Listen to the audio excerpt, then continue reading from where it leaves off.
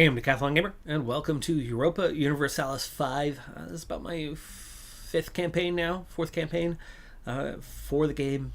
I'll be live at least once a week every Wednesday for this one. I do this one via live stream. My last live stream one, we played as Scotland, and just kind of looking in on how that one works. That's the entirety of Scotland, but by the end of the campaign, we had hit number 2 in the world, and we were so close to where our number 1 was. We had all of the northern half of the British Isles, all of Norway, most of Denmark, chunks of Northern Europe, all of Iceland, all of Greenland. We controlled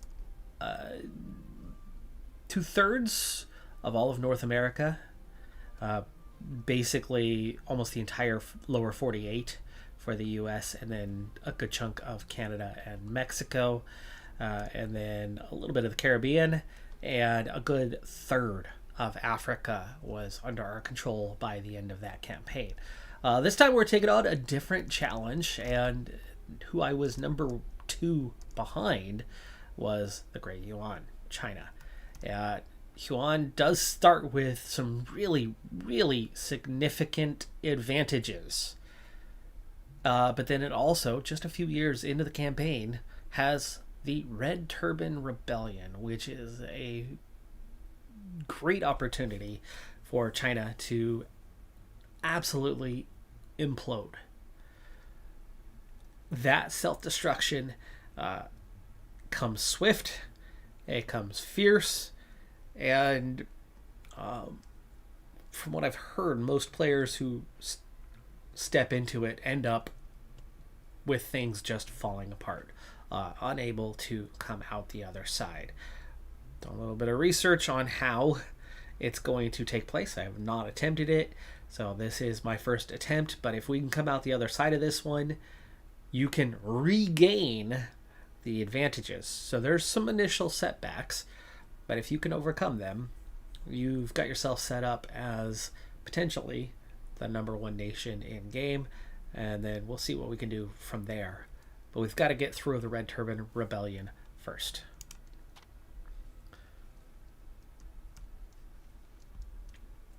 We have 82 million pops. I believe that's number 1 in the world. That's that biggest advantage, but we're going to get hit harder. Much, much harder. By the Black Death, bubonic plague, than anybody else will.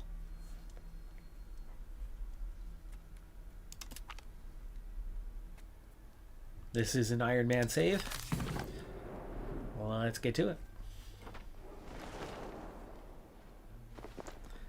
All right, without taking too long to kind of explain and see what's going on. First off, challenge number 1. Yuan is a paper tiger. It is a hot mess in 1337. Right now, if we don't change anything, we are going to lose 1,200 ducats a month. We have low stability that is declining, but we are growing. We are growing at a rapid pace. Well, actually, I'm sure that's going to recalculate in a month. I don't think we're going to be gaining 2 million per month. That's not an accurate number. We'll see where things end up. But we have very, very little manpower, or sailor manpower, and we have virtually no army. More so than that, we can only call up 5,000 levies. We have a nation of 82 million, but we can only muster 5,000 troops. Now, we can hire regulars, and we do have 18,000. We can't pay for them, though. We're already 1,200k in debt. This is a big, big part of that pending implosion.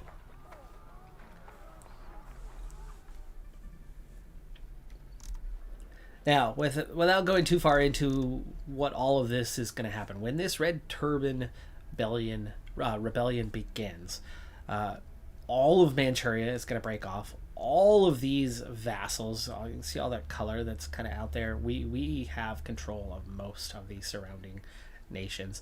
And then Yuan itself is massive. Korea, all of that is currently part of. When this rebellion begins, all of this northeastern third, gone. Instantaneously, no longer part of Yuan. It's going to break off. We will not be connected. But nations like Korea, and then internally, a whole bunch of rebel states will begin to emerge. In particular, this entire region through here is going to break off one by one. Now, your choices, and most of your vassals are going to be lost during that time, your choices are to remain as Yuan or play as one of the rebellious states as they rebel one by one. I have already made my decision on where I want to go with that, and we are going to play as the one who wins it IRL, which is Ming. And Ming, kind of coming right off this lake, this is the Ming state. So that's actually the small nation that we are technically beginning the game as. We only have not quite 5 years before the Red Turban Rebellion will begin. And what we're going to do in the meantime is we are going to prepare Ming. Not the rest of the state. We're going to prepare Ming for hopefully some success. So ignoring kind of the larger what's going on with the markets, we also do not need to maintain this light infantry. They are costly. We are going to dismiss them. There we go. That'll save some money. As for the Navy, the 5 galleys can at least give us a little bit of... Oh, look. They're already located into the market we want them to be in. Let's go ahead and task them with patrolling the seas, and we will just do so in that vicinity of where Ming will be, though Ming will not have coastal from the get-go, but this will definitely help in the long term of getting that. So we'll just have them get maritime presence there.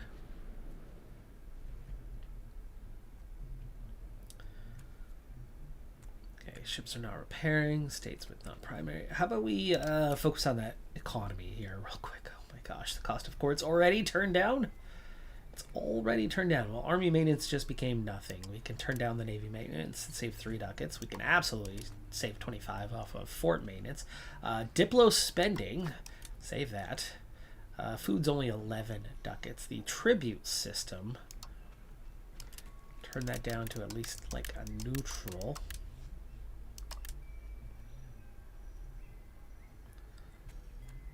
I'm not sure I need a lot of... Well, we'll try. Keep it about neutral for now. Central Secretariat. Yeah, we can definitely turn that down.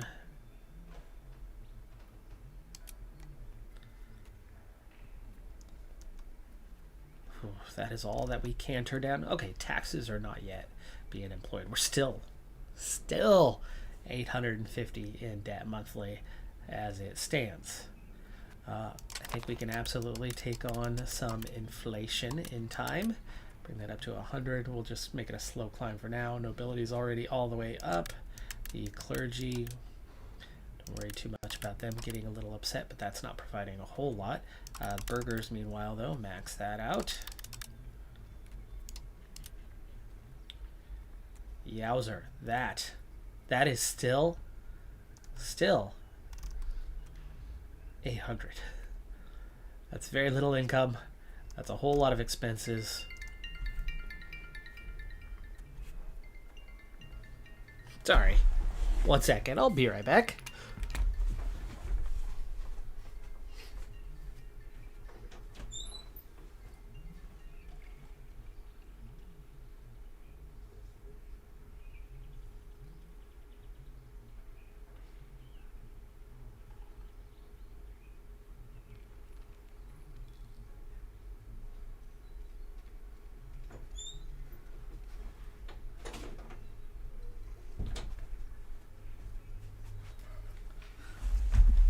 Of course, I get about 4 spam calls a day from the same freaking one, but it's a different number every time.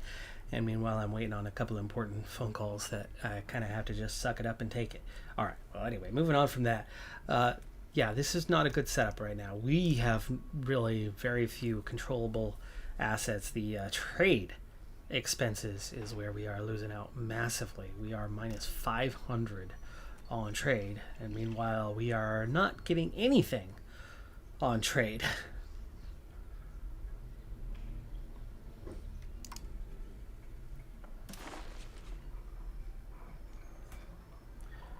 Hopefully that'll change in a month. That might be a temporary. We'll see what turns out with that, because that just seems unlikely to hold. Let me see if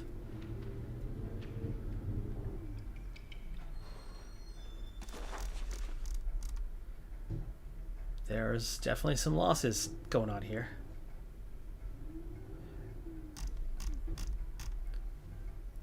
Yeah, we'll give it a turn of the month to see how that one turns out. But in the meantime, let's move on to other areas. Research-wise, okay, we do have a really good amount of Age of Traditions. This is where we are one of the strongest in the world. Age of Traditions is done. We have just this one area. Age of Renaissance is going to come along shortly. And we should get one area before you then get into the spread. But then we're going to have to wait on things, as Europe's going to hit a lot of stuff first. What can we get in? Maximum RGOs is probably the first one we want to get to, along with construction speed. And that's fine to begin with. Okay, possible rivals, that's fine. We can go after somebody a little bit further away, like say Golden Horde is probably a good one. We know Delhi's going to implode as well, so we can take that one on. And maybe one for Southeast Asia.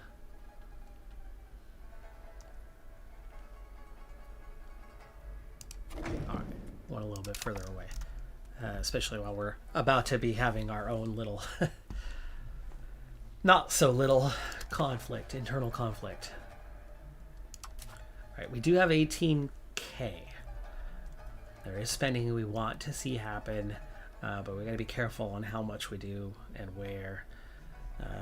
Nobility happy is probably a better one.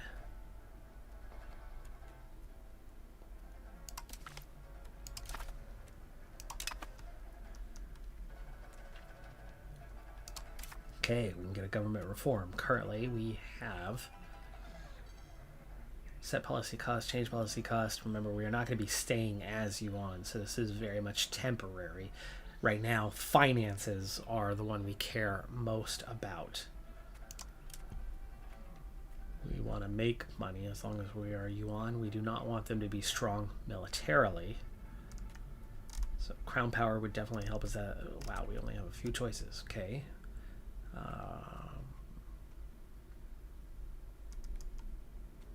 Trade advantage could help with the trade situation we have, but I guess we'll take the autocracy.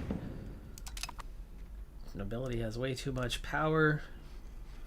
The burghers might help us with finances.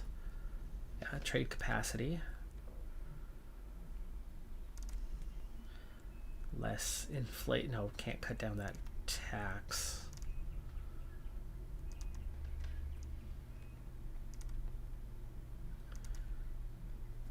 Maritime presence could help us a little bit. Tax efficiency and bank interest. That sounds really good because it looks like we are going to be taking on debt most likely in a short period of time. We'll go ahead and get that.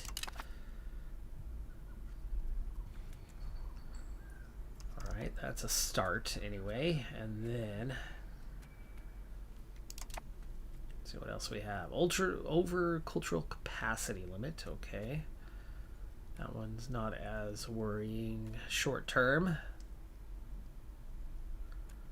Inflation's going to pick up, but not dramatically. Okay, we're getting close. Cabinet. Let's get into the cabinet.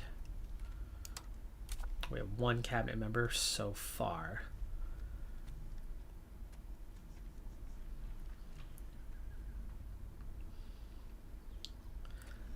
We could do development in our Ming region. We want to kind of do as much as we can right here around Ming.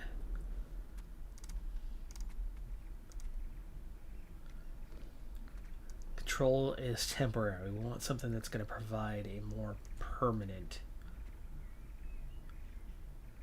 Well, stab help for now is probably a good choice.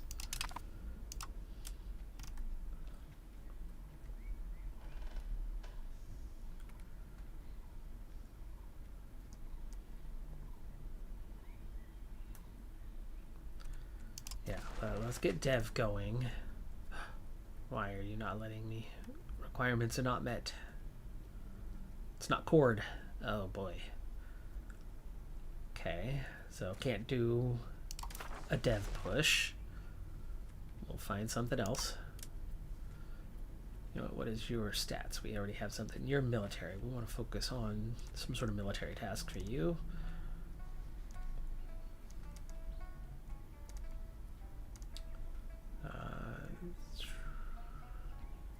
Guess you're doing push there. That'll help us on the legitimacy. Might have to find a way to spend that on something. Do migration.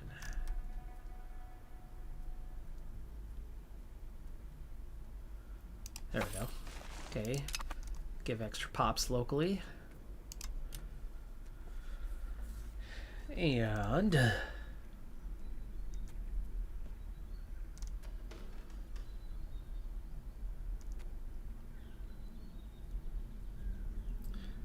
well, maybe we will take the increased control there. I'm not seeing much else. I don't think I need to worry about conversion. Is there assimilation to do? Probably not.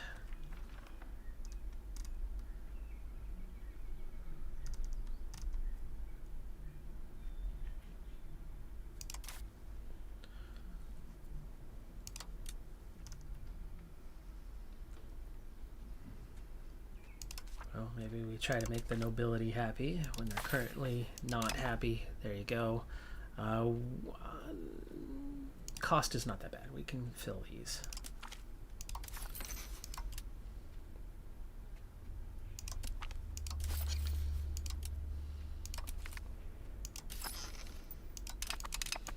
All right.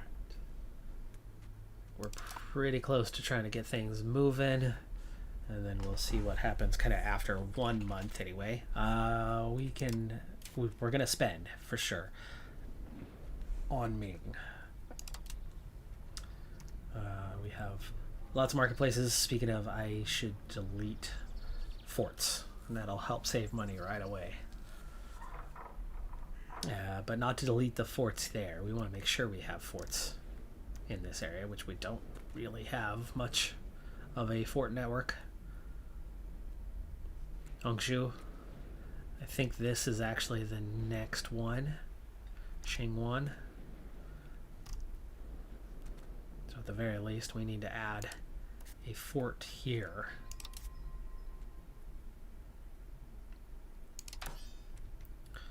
The garrison, monthly manpower. Will I want that later?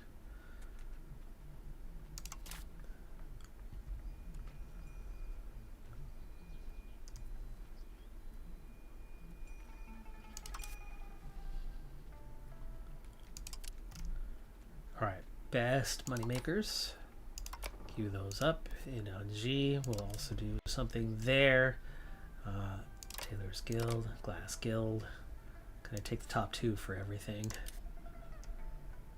Looks like everybody likes the glass.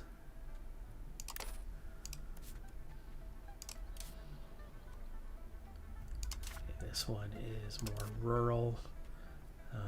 Irrigation, food production, yeah. Market Village. get in? Yes, we can get in. Like charcoal kilns. We probably expand RGOs.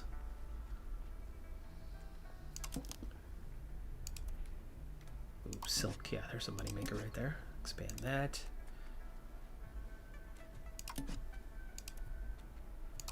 Rice. Tea. Cotton. We've only spent just about 1,000 so far. More rice.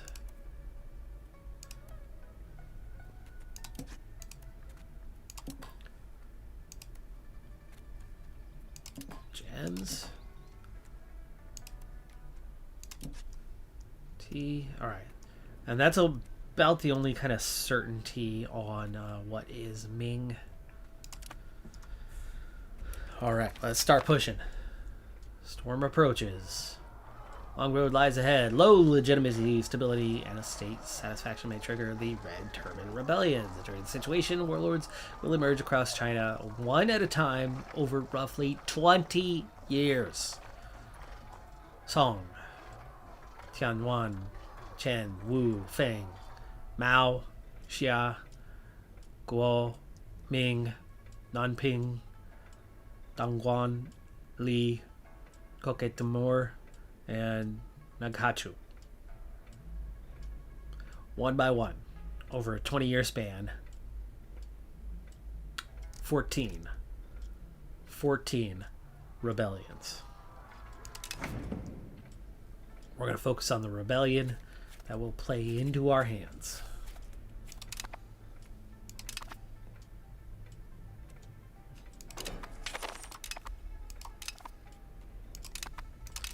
Independence movements begin. Oh, we got an extra cabinet slot. Okay, you're still not going to let me develop? No.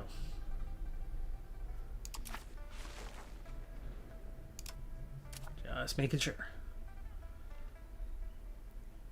We have made it 1 month. We have plus 500 ducats. There you go.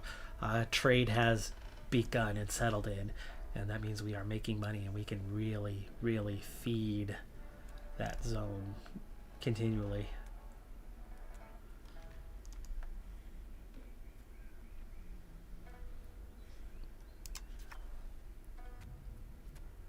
Okay, nobility insurgents. I guess we can stop that.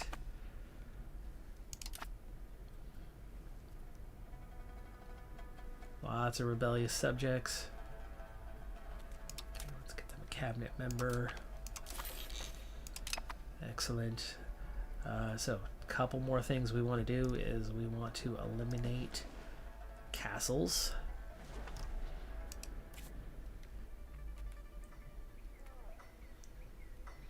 Oh, no, not Great Wall. I don't want to take down the Great Wall, just castles.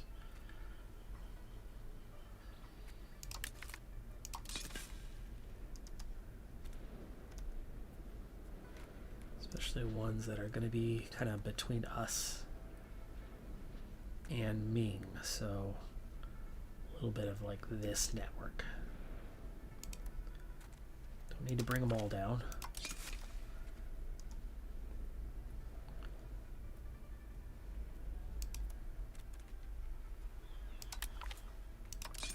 All right. I think we kind of have ourselves a pretty clear path towards the capital. Do we want to take that one out?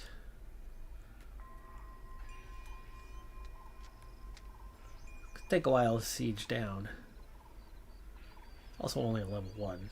Really not that big of a deal.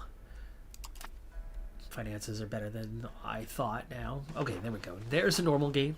Gain 13,000. Stability is fairly neutral. Precious metal distribution. I guess we can go ahead and take that one on unlimited export. Oof, that does cut down on the income from minting.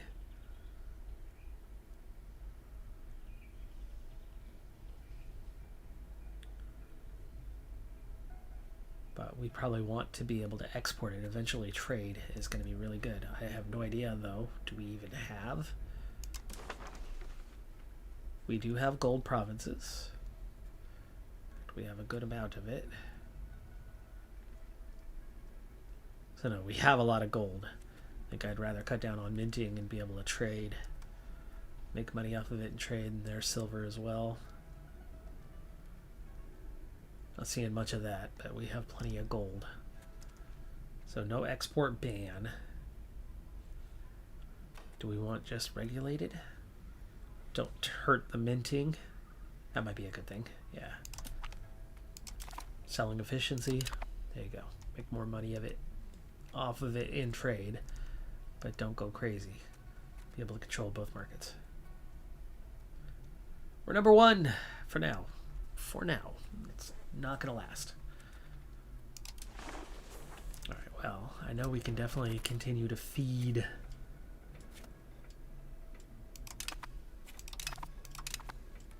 that Ming market.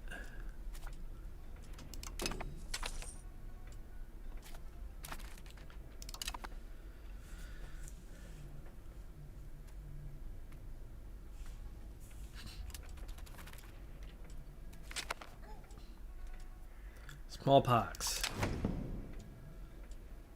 Might be another thing to get into here, is going to be to try to protect this region. Protect this region from diseases. We want to queue up hospitals.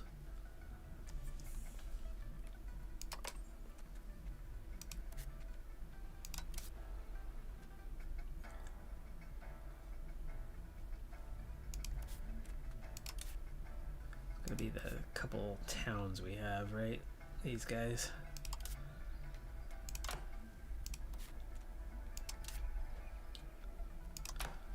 Go. Okay, that's a few hospitals. 4 hospitals, there we go. Clergy losing influence. Joy, joy. Happy, happy, joy, joy. They're falling apart. Okay. You can handle more, then take more.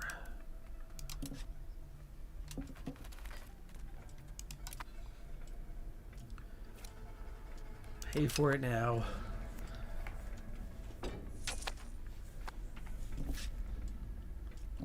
In fact, realistically, just max these puppies out.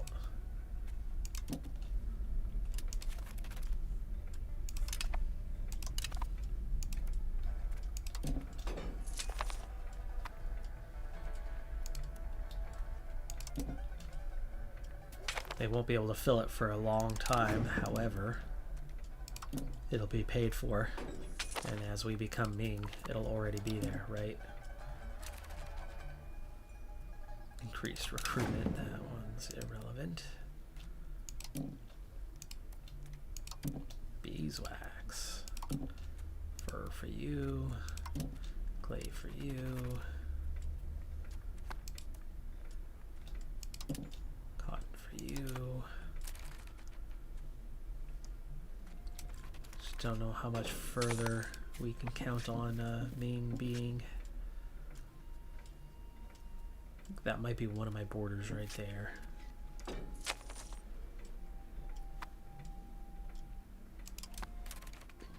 Let me see if I can figure out what makes that area Ming. Yeah, that doesn't show.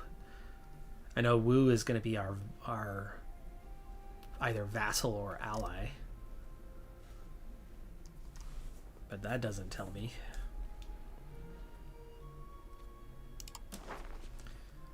Population's not going to say anything about it. The religion's not going to tell me.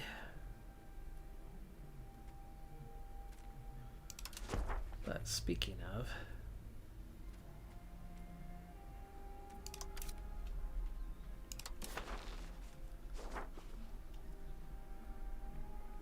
Zhao is like 93% of the country.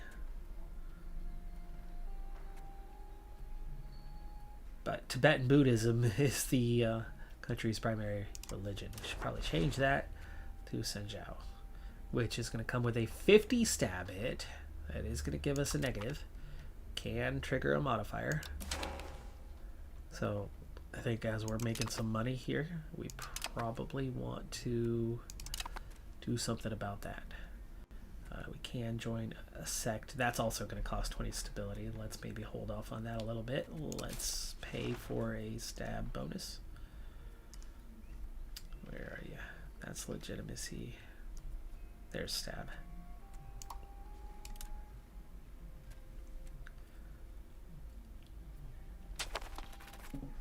Down inside 5k now, by the way, after queuing all of that up. Ashikaga. Japanese pirates.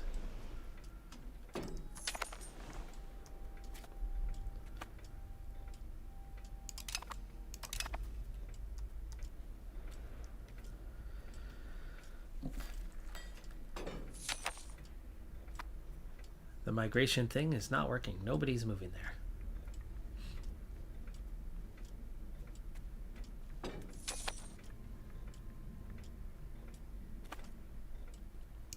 Examination system. What do we have for this one? Cabinet seats. Efficiency of cabinet could be good. We'll make the nobility happy. I don't care about making them happy. We'll take the cabinet seat for now. Not that the cabinet seat's going to do me much of any good. Short term. A daughter is born. She's the heir.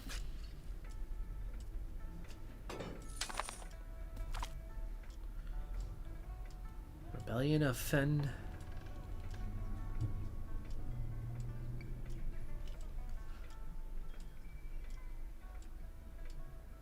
Is that all? Max control for the entire country? Or we lose legitimacy?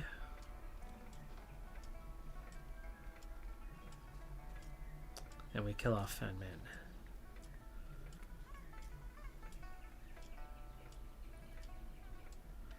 That seems to be all.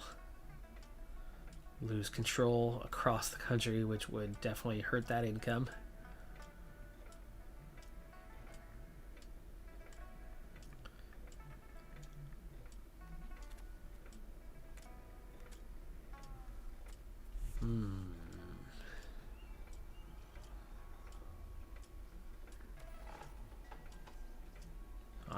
I think we take the legitimacy a little bit. Don't let things kick off just yet. Though we're okay with them kicking off a little bit later.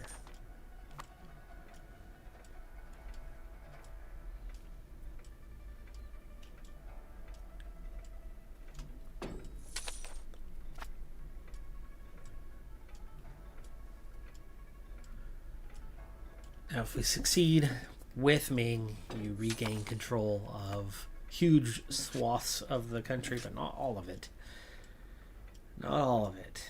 And so that's kind of that long-term objective, is win the Red Turban Rebellion and then retake what has been lost.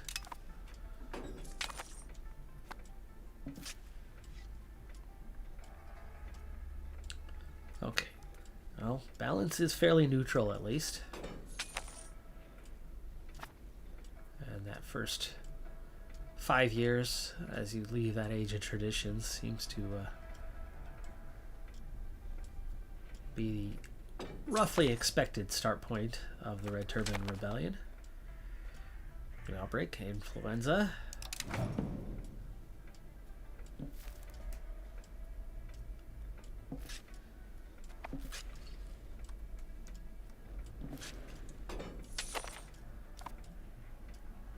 First research item done.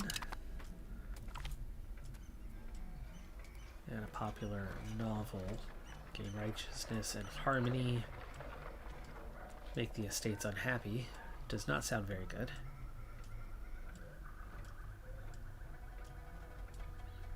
I think we're going to take another little legitimacy hit there.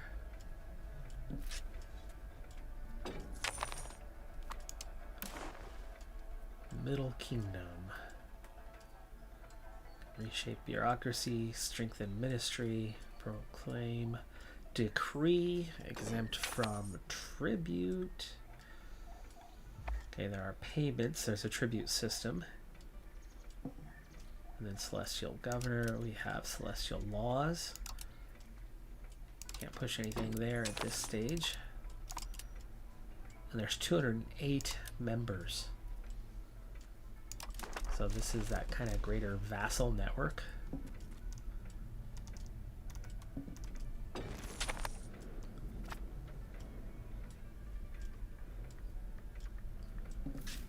Alright, prestige is climbing. We have plenty of diplomats. Not much to do right now, though.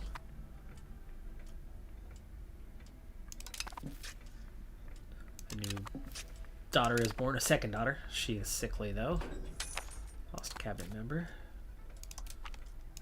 Replace.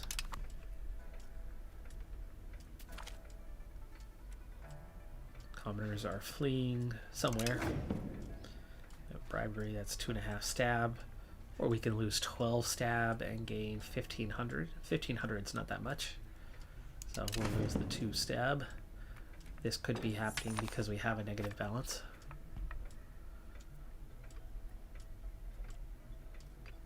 Or could have something to do with the pending.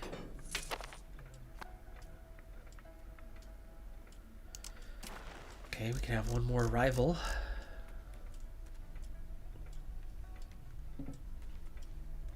You pick somebody like Major Fit.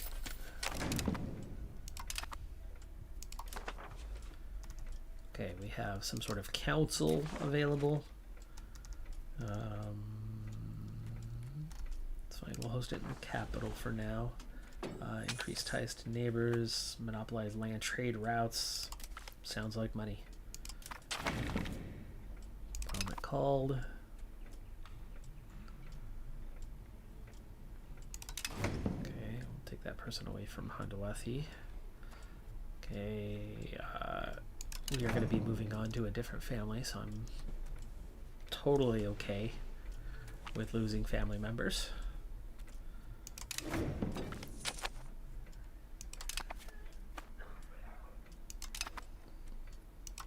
Outbreak.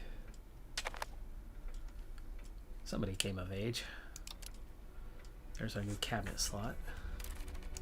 And we have something we can do there, whatever it may be.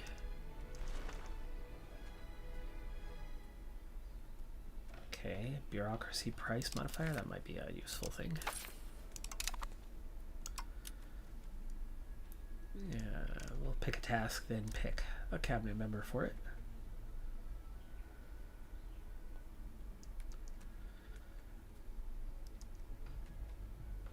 Population growth and prosperity recovery. Hey, look at that, there's a spot we could place it. We'll do it there.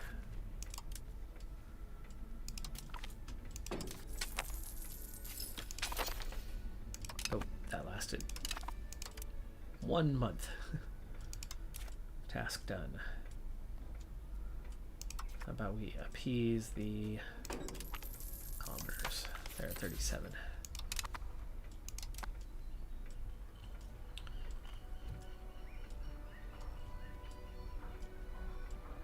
new chancellor, whatever that is. Support council, minus 5%. We'll spend 30 ducats.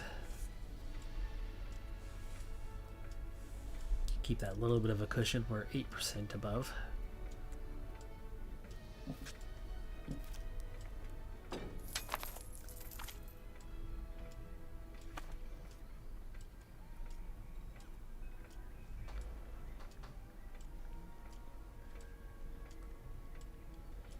Okay, looks like we're already at a 100% modifier scale, so 15% is not going to change that. Looks like you do have a chance to maybe stop it.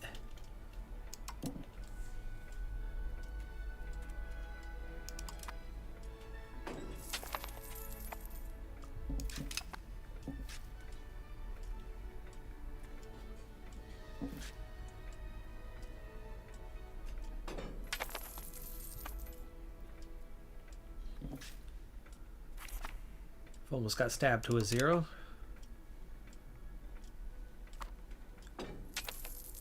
Already pushed through 3 years as we wait for this Red Turban Rebellion to properly begin.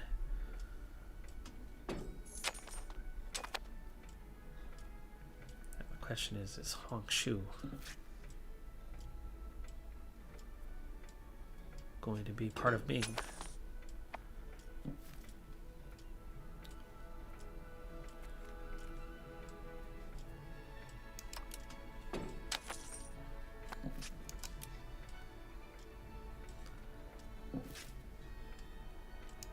Look at areas. That doesn't really tell me.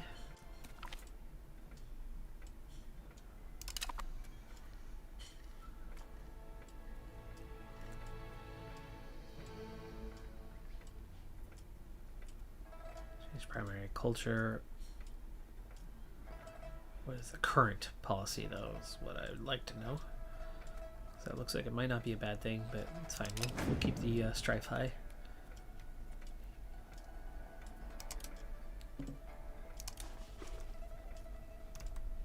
Okay, so like we should know that this state is included. I think all of this state will be included. I think we have a split on this state.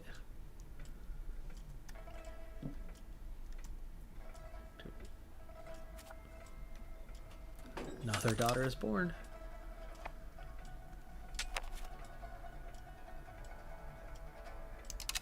New Sultan in Delhi. Does that mean their event has begun? I mean, it could include these three, but I don't know that it does. I know that these two states are going to be fully included. That's about all I can count on. Stabs back to 0. Another daughter born. She was 1. Was that our sickly one?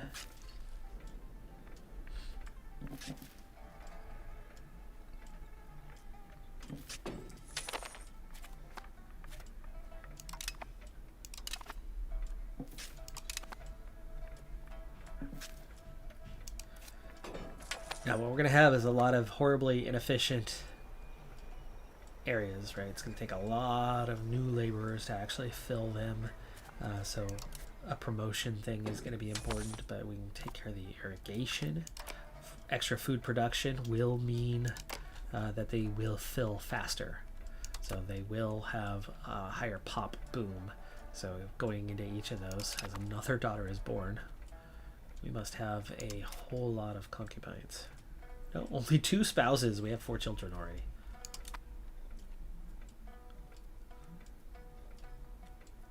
Gain iron. Big trade advantage. I think we're already going to hold it. Prestige is okay. Clergy happy is fine. Give me the stab bonus, I guess. Okay, the nobility insurgents are fading, so yeah, we're good. What was that? What was that? Empty cabinet slot.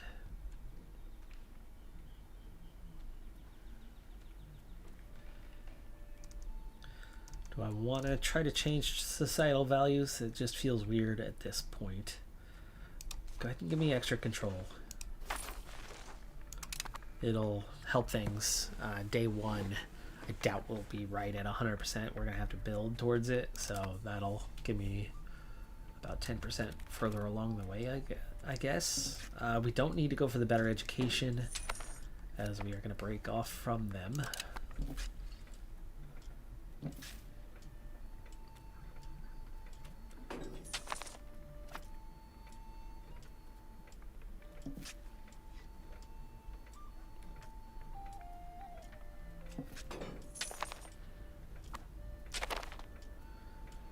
So far, the upgrade track is going really well.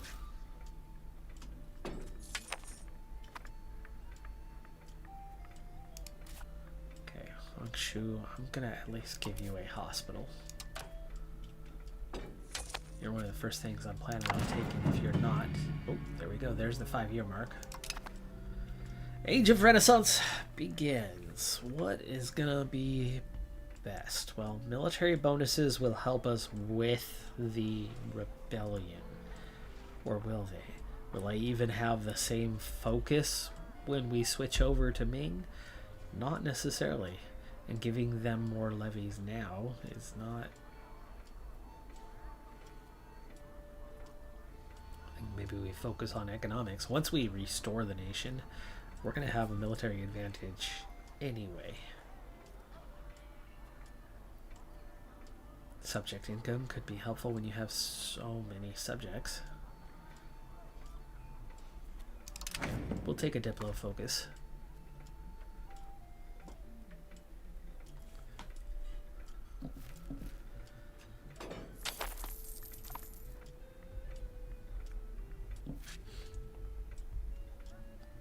And we're now kind of into the window of anytime it could start. Okay, Bologna has spawned the Renaissance. Institution number 1.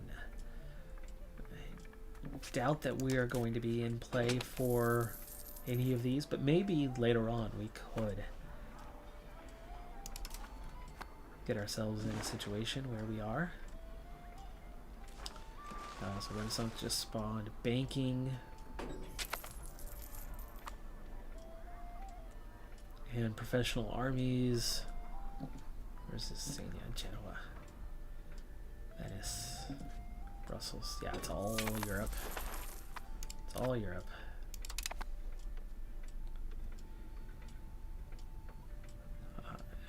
Aaron, hey, welcome. What's my favorite country to play? So, I don't know if I have a favorite. Okay, so EU4 I've logged many thousands of hours. EU5 obviously less so just because of how new it is. But Portugal was my first campaign in EU4 and in EU5. And I think there are definite reasons behind starting with Portugal. Just I do like the colonizing factor. I do enjoy that, so that is a factor. I've never played France. I've never had luck playing as any of the Spanish ones. Every time I've done a Spanish campaign, it's gone horribly wrong immediately. Like, I've had a lot of negatives draw in from the get-go. I've definitely enjoyed playing England before. EU4, I had a lovely Bohemia campaign. I had a really good Swedish campaign, as we just had another child born. I've only played the Ottomans once. That was in EU5, and that definitely went well. I enjoyed that. I've never played Egypt. I have, through mods, enjoyed a lot of North American. And then I am from the US, from Washington. I've played as Washington through various types of campaigns. I have really enjoyed a Lord of the Rings campaign or two. I'm not sure I have a favorite though. Probably just the geographic connection to playing at home through mods. This is the first time I've ever done any sort of China campaign, so that's the first for me here. Usually if I'm playing in Asia, I've done a various India campaign once or twice. I tried to start a Delhi campaign a few months ago to find out that like it's going to implode on me right away, and I was not prepared for that. I was like, wait, whoa, no, I'm not prepared, and started over. And then that's when I started the Scotland campaign. I've still never properly done like a Russia Mongol horde campaign. That's still never happened. That's still on my short list of like want to try. I did do Japan once. Took me a while through EU4. Took me a while to kind of figure that out. Let's pay that one off. We're drawn in on that first loan, but I'm really not worried about any loans here while we're still waiting for the rebellion to kick off proper. looks like we are just starting to get, yeah, you got one more for T. We'll go ahead and take that. Banking, Sanaa and Genoa. I think we can definitely get into irrigation next for you.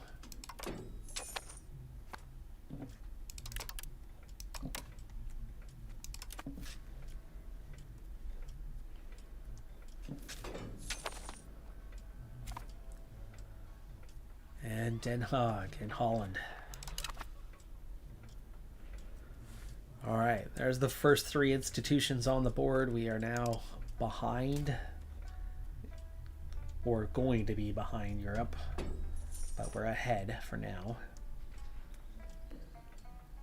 And eventually you can get strong enough to power your way through.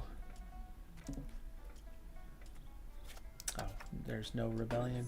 Okay, to crack down on another daughter is born.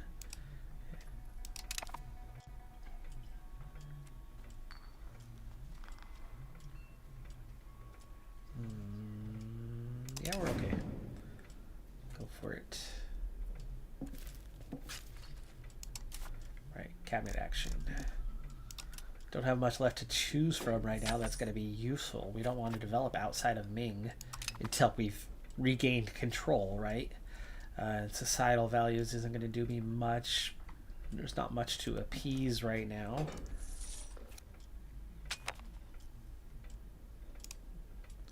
Construction speed, 5%. That'll help get through these guys a little bit faster. There's no tribesmen to settle in this area.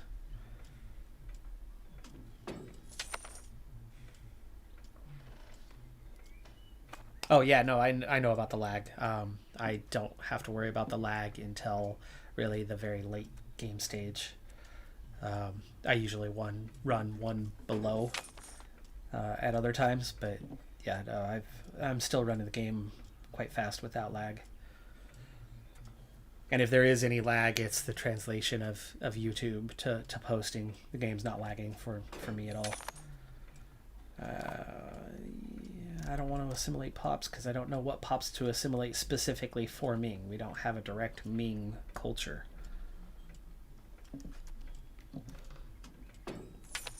And without it being cored, we can't develop it, so do I want to change? I don't want to change. I don't know what to do with that last cabinet slot.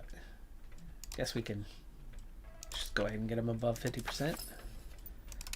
Is there any more before we do run out of cash here?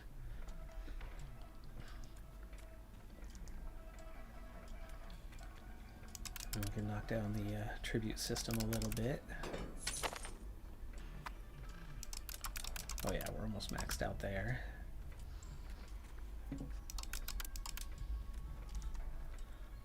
Stab's positive, so I think we can go down to really not paying for that.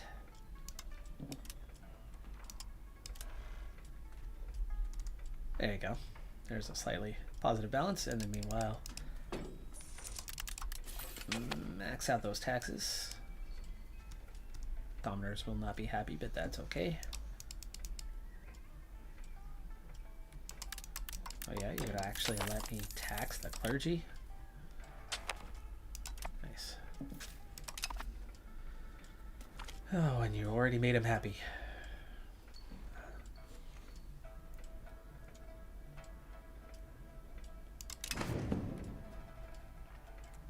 Nope, pray for her life. Okay, there we go. There goes one of the ruler's daughters. Oh, research. Pause in the meantime. Okay, meddlesome advisor. Don't care about them hating us. Alright, I'm trying to play really fast right now because we're not really playing as Yuan, so I'm really bypassing a lot. Gravel road network. Well, there's another one that we could spend our 530 ducats on, but I think we can take a loan and afford to then spend more and make sure that we do have a proper gravel road network through Ming. And then we'll jump into the research, and we are obviously not ready for the next institution. There's only 4 things to queue up. Institution growth will help, so we'll just start down that track and not worry about the others so much. There you go. do we have... Yes, we do have one tree here that we are going to open up into, so we will move on to that one next. Embrace institution cost will be a nice addition. I'll just go ahead and queue that one up. Obviously, it's the first one in line. Do I want to get into peasant levy? Probably not. Not yet. We want to keep Yuan weak. So probably down to RGO.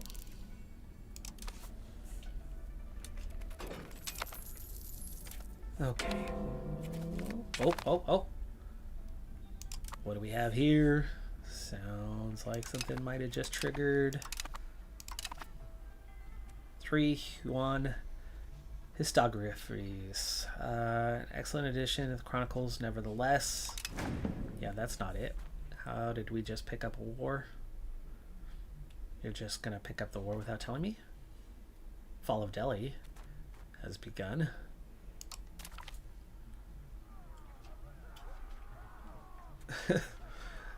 Okay. So has it begun without telling me that it has begun? Kind of feels like the case. Look how much they have. 7K. Look how much we can call up. 357. Beautiful thing here is all the other vassals are still in control, so we can really just kind of sit back and let it be. Oh, let it be. Okay. I won't name the specific, but I lived overseas for a while, and we'll just say it's out here in the Pacific. Some of you already know and can make the connection, but I lived overseas for a while, and there was corruption.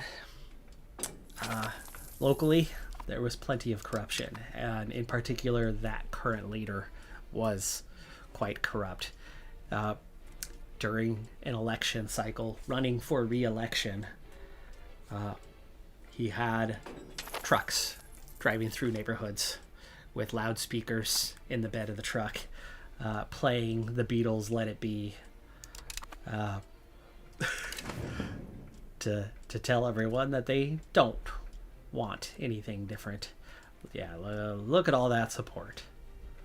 All those loyalists are going to go take care of them, because that's literally all we have. Hence the paper tiger. And then when the time comes, we're going to have to help on okay,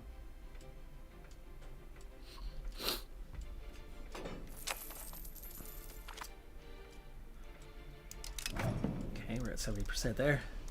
Oh, I lost my train of thought. Oh, right. The vassals. The vassals are going to be the key to everything, and they're going to be the hard ones. But with Yuan itself, what we're going to need is you kind of just fast track straight through, get to that capital, keep your armies away from the others, and Ming is located in a good spot for that.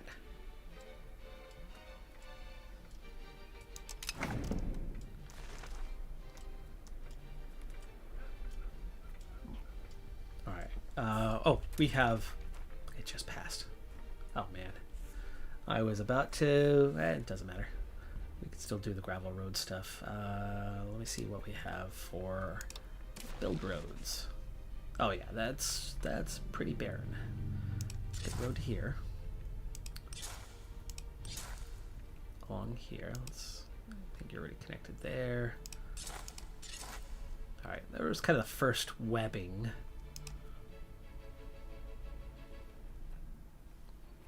We definitely want to get to Hongshu.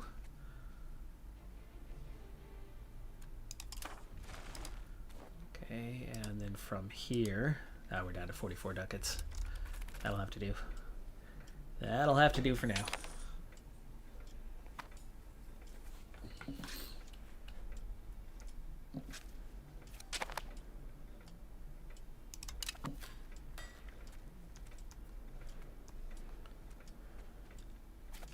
Well, until those forces come together,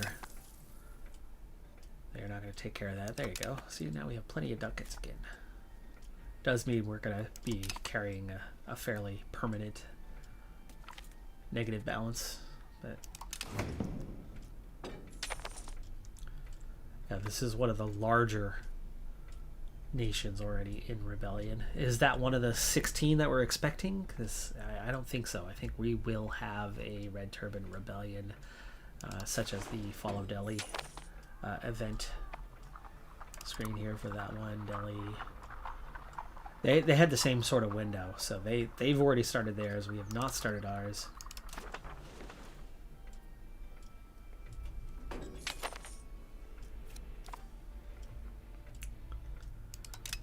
Yeah, I'm not too worried about them going into debt, kind of one way or another. I mean, I can give them additional penalties, but I really don't think it's going to matter, because at the end of the day, they're not going to have the finances to build up much of a regular force, and they have no levies, and I'm not giving them any advantages for that. Now, once we take on Ming, we instantly want to build up, give out privileges that will give us levies so that we can call up a force.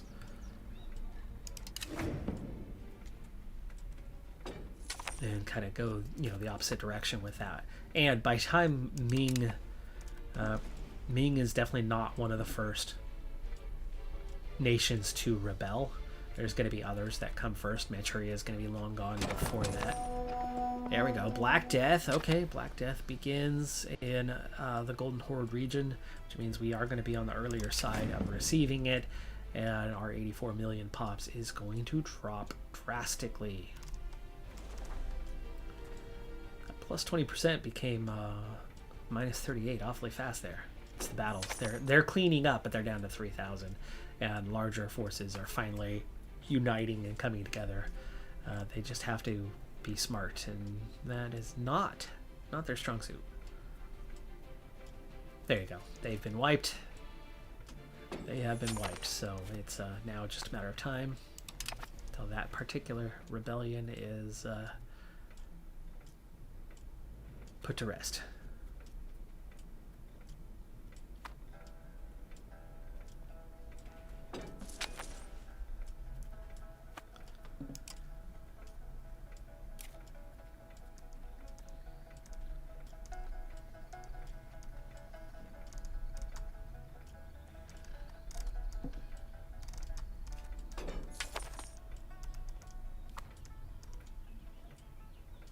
Okay, we can go back and appease the commoners again. We've got them taxed so high that they're getting pretty upset. So there could be benefit to bankrupting Yuan. And it looks like we are starting to finish. So I think we can make sure we go and queue up everything again through here. Okay, you're ready for irrigation. 4 market villages. Just give you the things. Any things that I can give you, I will give. It's kind of the beautiful thing about this current setup is glass is good. Capitulation, there you go, 100%. Sure, get rid of the cabinet member. Easy enough to replace, there's plenty of options.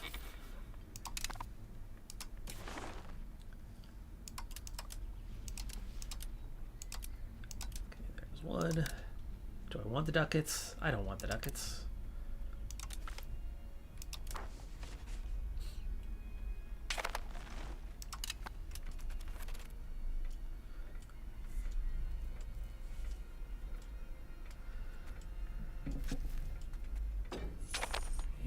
Ignoring the education. 6 children, 2 are dead, so we have 4 live children. And it's all girls, right?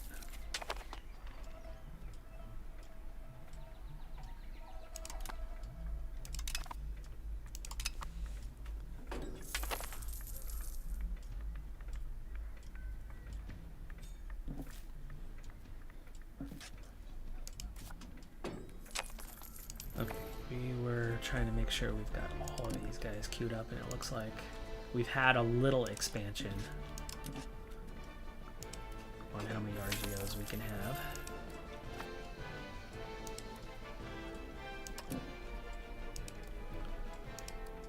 Okay, that takes care of that part. Now we want to get back to irrigation. For some reason that one doesn't have irrigation.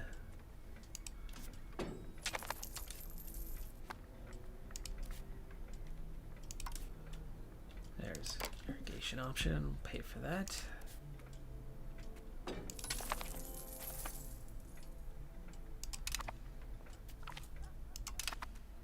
There's loan number 2.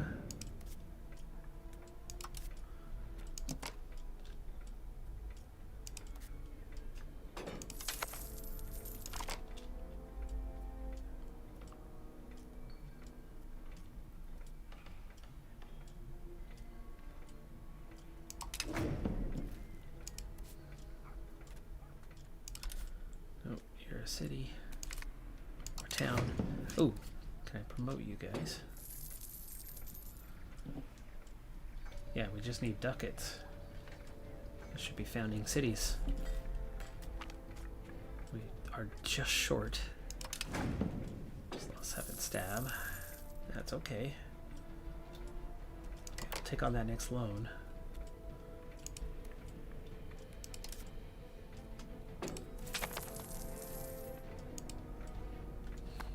And try to get these guys all promoted into cities.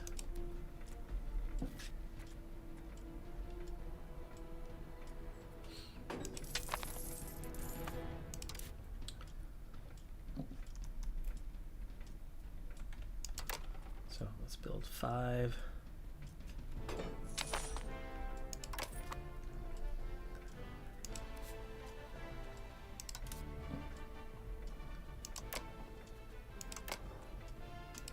Ooh, do I want a slave market? No, I don't.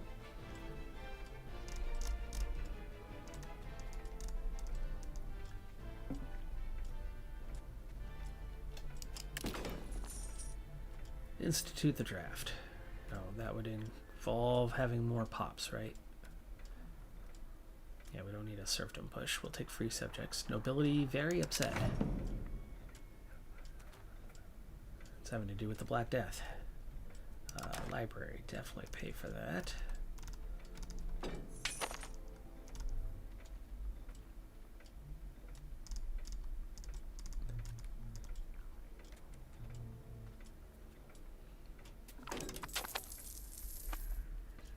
Looks like the plague has reached us.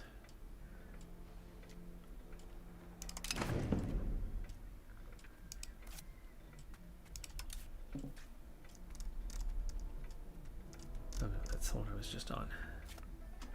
Another daughter. And oh man.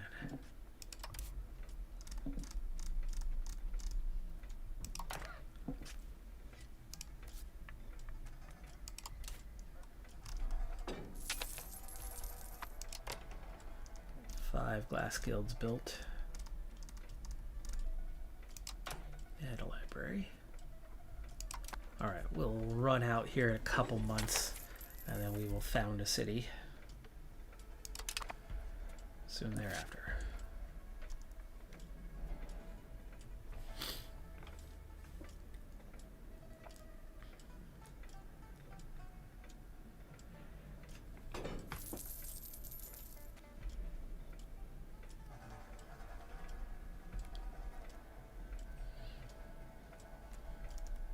Really surprised it's already taken more than 10 years and no proper kickoff of the rebellion just yet.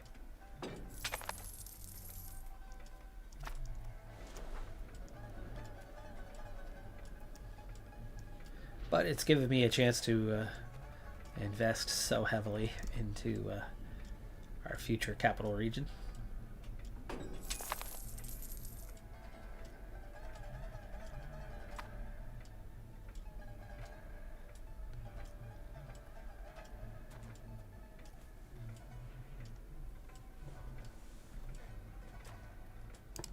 Okay, so checking in on the plague. It still has not reached us. It has reached India, and it's very much reached Central Europe. And so it begins. Oh, it apparently has reached us. We have 264 deaths in one location. There's the next loan. Give me a city.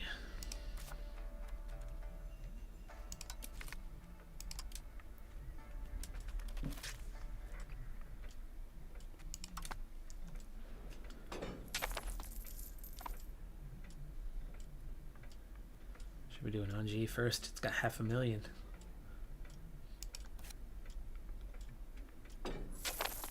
And that library, or no, the hospital. Disease resistance 10%, life expectancy +5 will definitely make a difference. Make sure we got the hospital here. So that one's still queued up. I think this is like in a separate market. No, it's in the same market. Oh, I guess it's not Huangshu, but Anji is in the Huangshu. It's right in between two markets.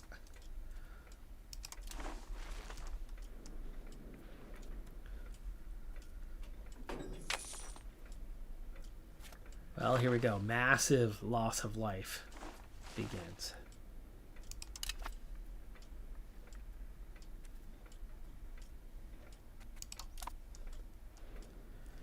I think that this event is largely tied to the bubonic plague because IRL, the whole royal family died within 1 month of each other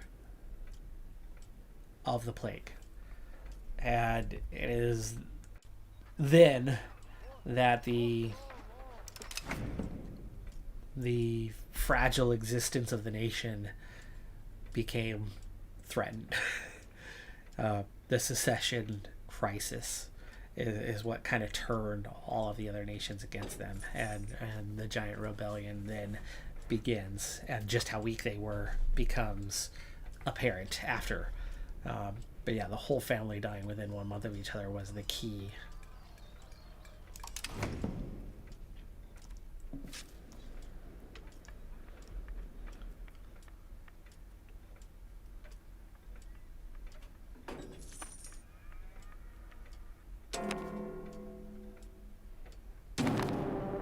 Boom! Okay, well, this is all of us. It's a minor tribe declaring war. Not yet. Not yet. Oh, but they do have friends.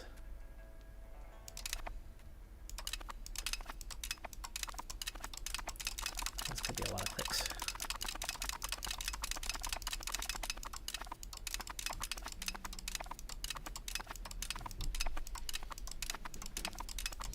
Oh my goodness.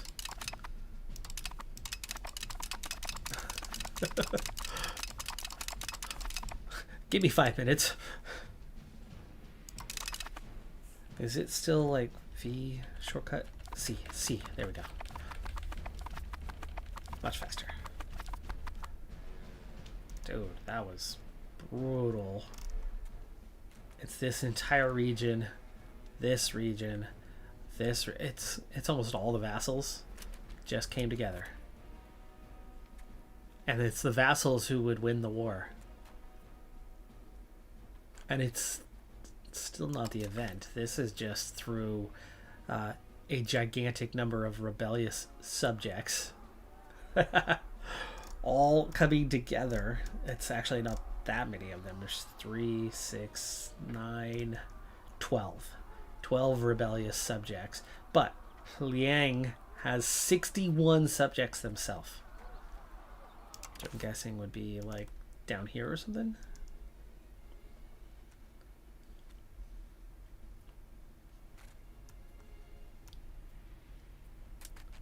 That's the problem. And again, we have no forces to call upon.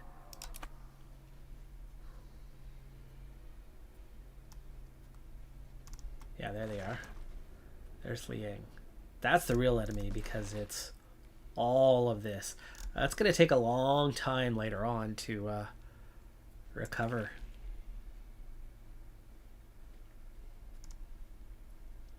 Oh, buddy. I did not see Yuan getting this weak, but it's going to make it that much harder again for us later, because we're going to have to swallow that back up kind of one by one. Well, winning as Ming just got a whole lot easier, because I don't see any way that this one set of vassals is going to do anything other than beat this small group here. And I doubt that this is the only one that's going to be able to, yeah, I mean, you could separate piece with everybody. I think we need to let Leon go right now.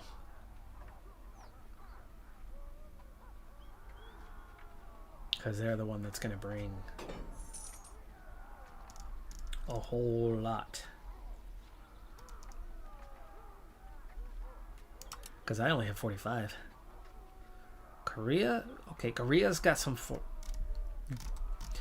Korea, which is like Korea. Yeah, they have a mighty force. So there is a force.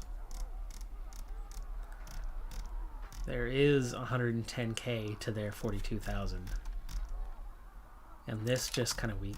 They all weaken themselves in the process. I think we're going to let this play out for a while.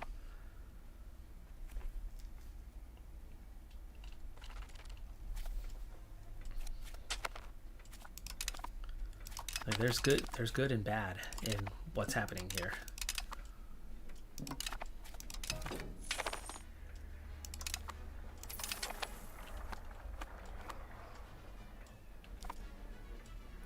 Okay, there's the next loan. Is this... Let me come back to that in a second. Let's get Anji. Found a city.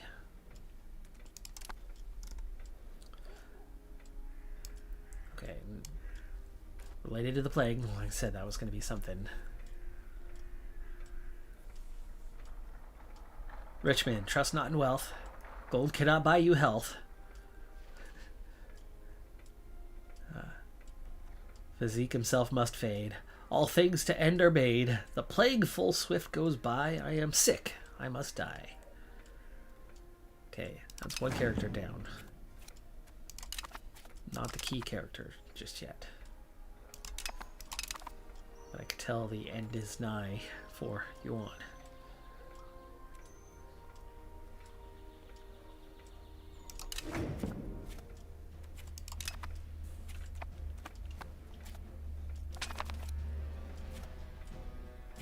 Delhi just ended. We have the next wave of like all the remaining vassals, like 41 of them, probably 20 or 30 have already joined the next would-be collective rebellion.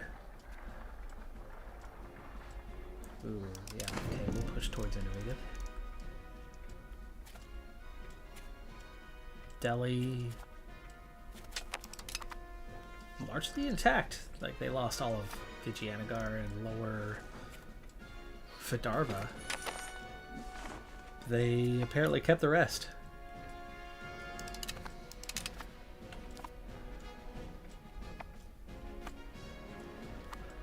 Ghost ship washes ashore. There in the background. Yeah, burn the vessel.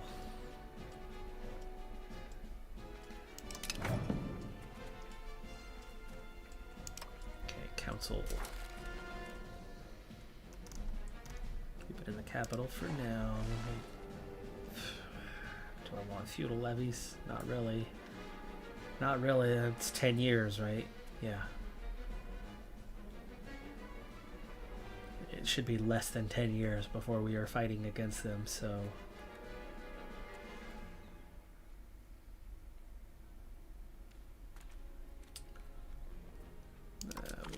forced exploitation. It's gonna fail. Let it fail.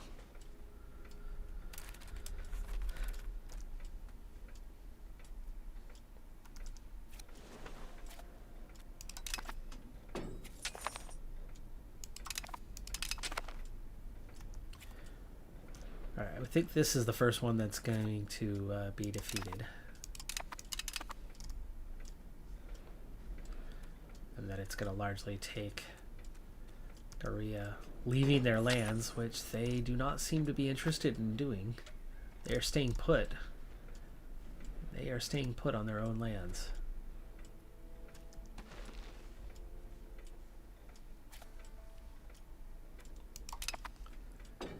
I think the longer we can prolong this, the more, if the event can begin. Yeah, if we can get the event to begin mid-war, then they're stuck dealing with whatever's going to happen there. And it's going to help us get after them. Though it could result in them kind of just losing everything. But yeah, if Korea's going to stay out of it, I don't see this going very well. There's the next loan. Let's go ahead and... yeah, it's going to fail. Adding 5% was not going to get us anywhere. 29% is going to still fail. Ningguo.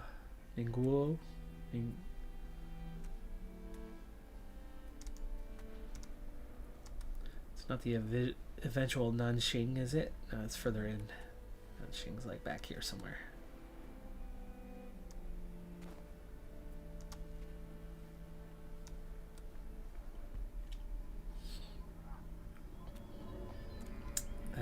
Let's see. City. There we go. Ryan, hey, welcome back. Yeah, okay, so the goal here is the Red Turban Rebellion is going to kick off here really soon. So Yuan might start as number 1, but it absolutely implodes, and you can see it's very much imploding where more than half of all of the vassals have already turned on them. But soon, the bubonic plague, which is going now, is going to kill some of the royal family or all of the royal family, and it's going to... there you go, presents. Let's let it go. I think we let it happen. It's gonna have to sweep through anyway. Got to build the resistance. Okay, issue fails. There goes 7 stab. So as it goes, there's like 16 nations that will rebel one at a time. We are going to take Ming. We're going to play as Ming and then try to use Ming to restart, kick off, be number 1. And this is the Ming region. So we've been dumping all of our economic might into building up the Ming region as much as possible in anticipation of its rebellion and then playing as Ming.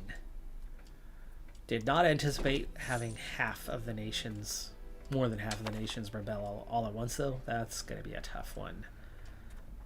Humanist is nice. Definitely do not like spiritualist. We'll take humanist.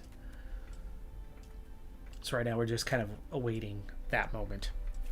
And then from there, we want to be number 1 in the world. We want to reunite China as Ming. And then... okay. Korea's still on the defending side. Falun. Yeah, there goes most of the rest. That's almost all of the Middle Kingdom nations now. So Yuan is in a whole heap of trouble.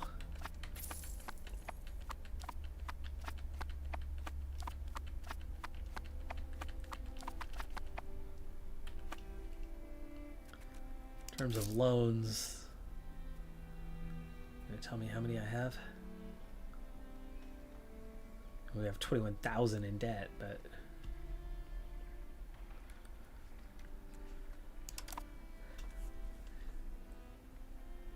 Korea is still on our side, but Korea is also still not moving, so as they do not participate, I don't see how you shut any of this down.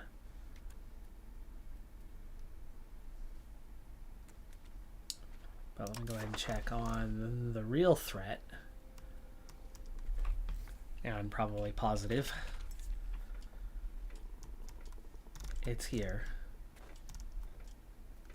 And I suppose when it reaches there, that's when we can expect.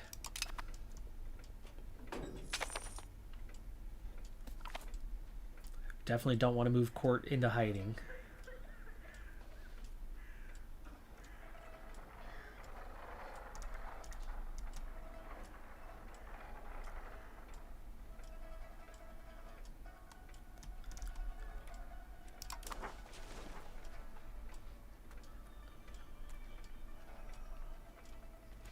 No building's already happy as things stand. Hey. Waiting to see that spread. It's almost there. Don't know with any certainty that it's going to require it being in the capital to trigger this. It might not.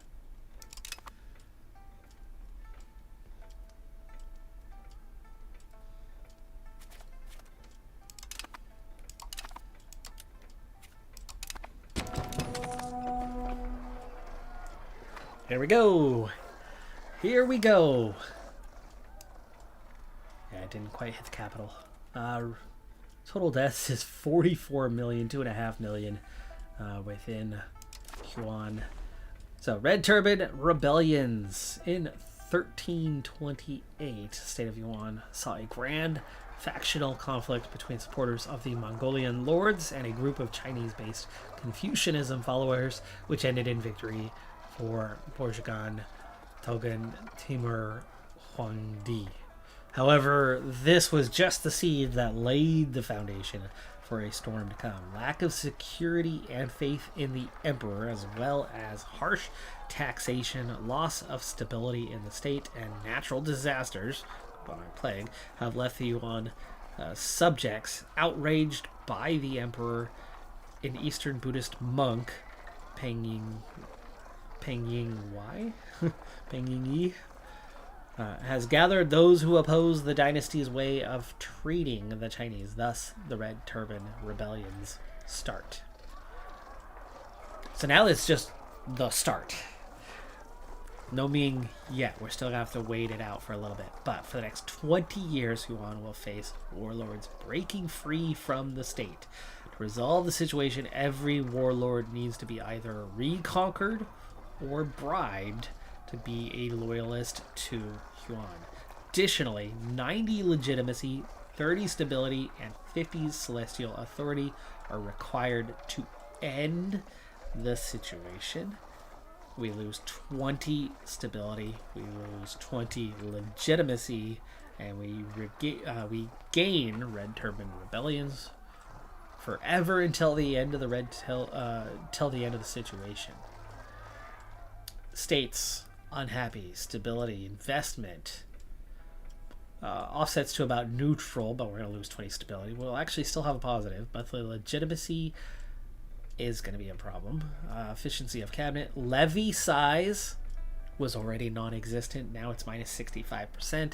That is one of the reasons why Yuan is not the one you really want to play as in this situation. It is poised to lose monthly rebel growth. Mercenary size, minus 100% also means you can't hire mercs. You don't have money. Every subject country gains plus 20 liberty desire, though they're already actively in rebellion right now. And the Middle Kingdom, which is all those countries, loses 25 celestial authority. Okay, so it begins. So we've got big negative modifiers. And we want to become Ming. They have 20 years for those 16 nations to begin rebelling kind of one by one.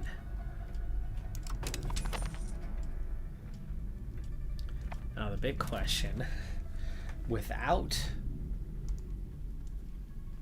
Well, beating Yuan seems easy. It's just the how quickly can we get Ming to pop up, or are we going to need to play as somebody else early? This kind of has me freaked out, just this part. The two gigantic rebellions.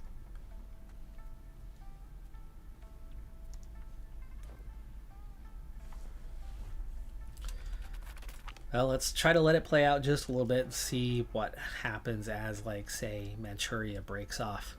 What's going to happen with those nations? Are they going to instantly end?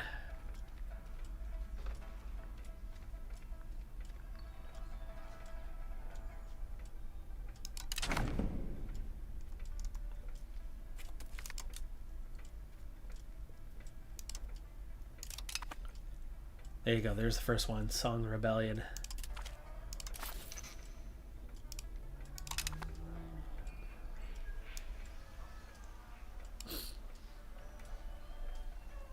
So, although persecuted by our governing authorities, Peng Ying managed to flee his deserved execution and spread his teachings in further parts of our lands. We are not going to play as Song. We want to play as Ming. That's what we've been preparing for. So, warring state of Song begins the next war. And there is Song. So Song is really close to us. There's the next one. Jurchen.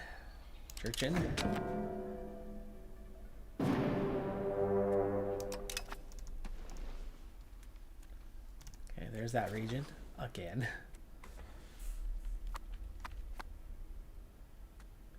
Some of that just disbanded. No, it's still on. It's very much ongoing. And it's really just kind of joining the larger war. I don't know if we can win the race.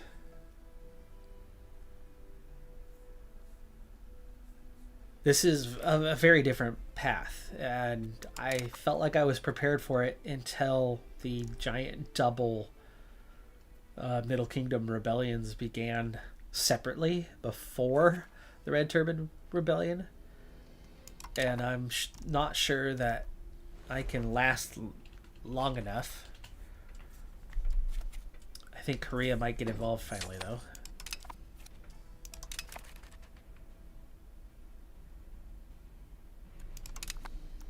No, they're still... Are they marching? No, they're still not marching. So there's no involvement. Opinion's high.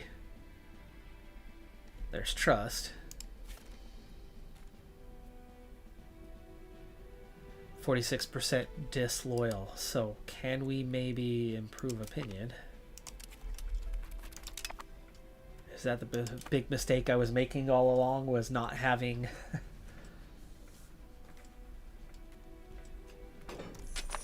Just like that, they start marching.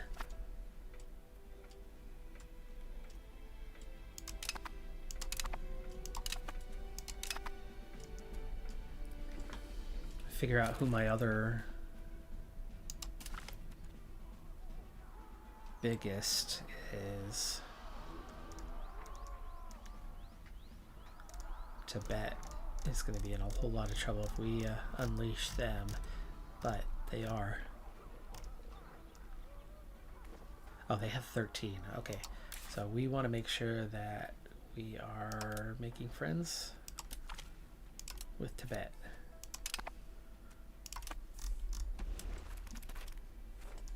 See, we have lands all the way out here.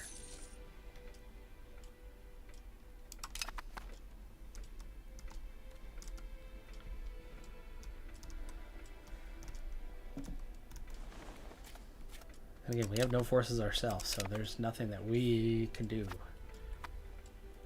But it's also how we wanted it to be, because we want to beat them. But 2 of the 16. Tianwan, there's 3.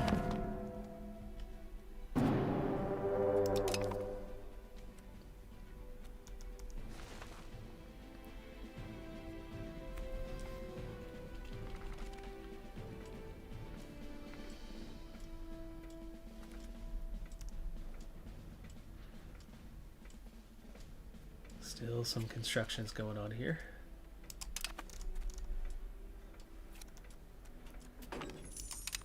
There we go. Manchuria breaks away. This is one. This is one. Every subject that is not Mongolian with its capital in Manchuria becomes independent. Oh, they did not break off. They did not break off. So Manchuria becomes uncolonized. Dang, okay.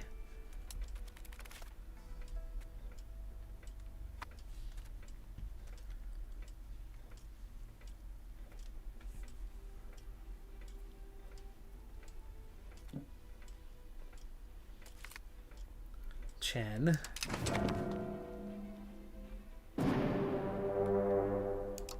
We'll see how this goes, folks. There's Chen. Okay. I think that's my border right there for Mongolia, or for Ming. So we did good on catching that border. Does that mean I get this land also? I know that there's going to be a second one kind of surrounding the river here.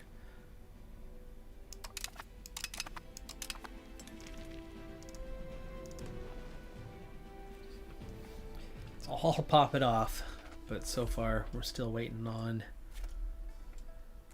the big one and how we eventually resolve this, because I have not tried this just yet. You can see that it is absolute chaos at the moment. Okay, we got a white piece for one of them.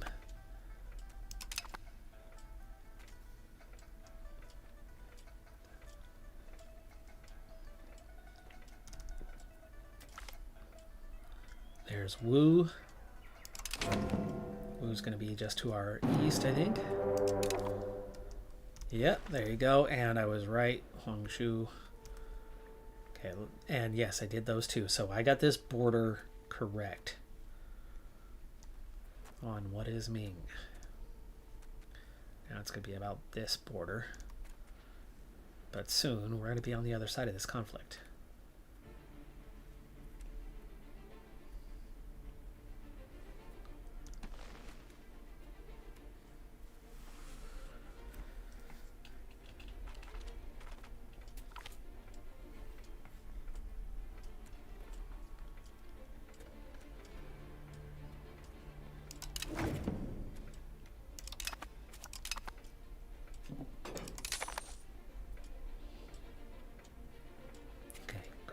Doing some work down there. I kind of want some of this to be successful, semi-successful, because you want to actually gain something from the war and not just be Ming and have China completely split up. The wild thing about what we're kind of involved in here is like Yuan is clearly not going to survive this. But A, we need to be the victor. Fang. There you go, there's the next one. And they're running out. Right, we've already seen, what, 5 there? I think this one already got absorbed, right? It's become 2. So there's 5, 6, plus Manchuria. We're about halfway there.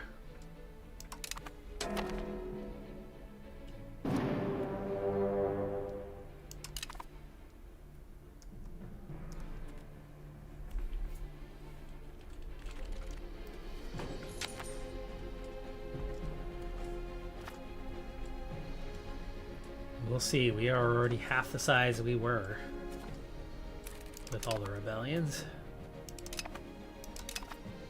Oh, there goes the fleet.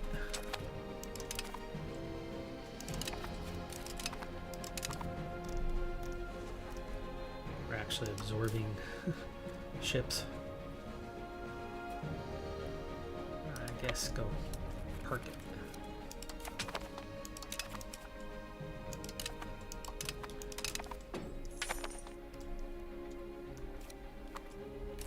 Not liking that part though.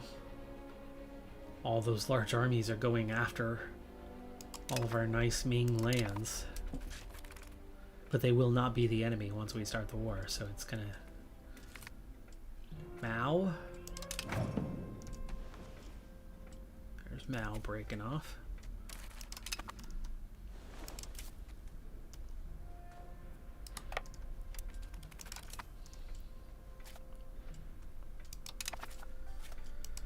Okay. Anytime now. Anytime now. We're far enough into this for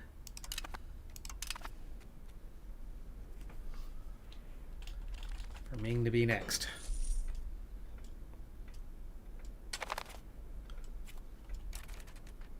And yeah, there's definitely some large nations nearby.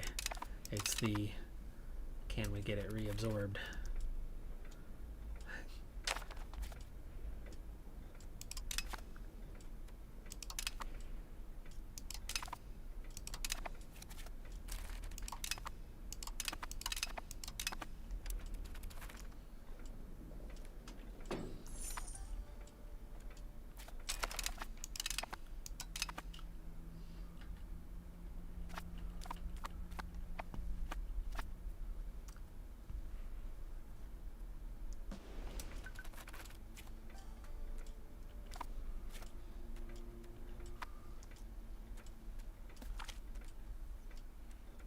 Okay, Xia is over there.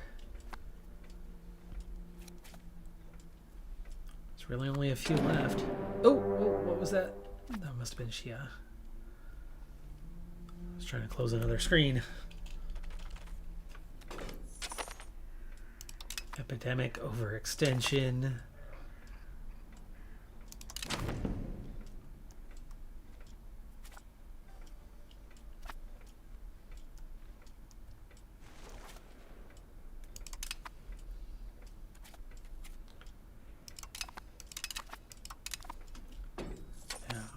Are we too late? Are we too late with Ming?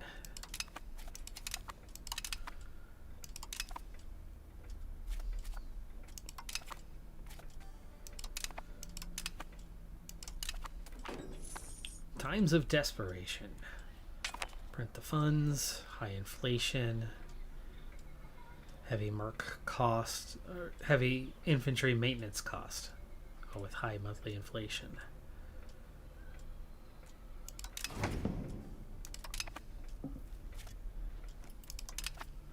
It's fine. We have no... Cool, that's the other neighbor. That's the last neighbor. Right there. Okay. Here's the final. How did we do? I only went as far as here. So we did have actually all the way to the river.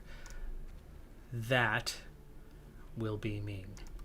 But you can see how all that broke off. A lot of that was held land. So it's still going to break off anyway. So Ming should become Ming. It's just going to have... It's going to have some issues with...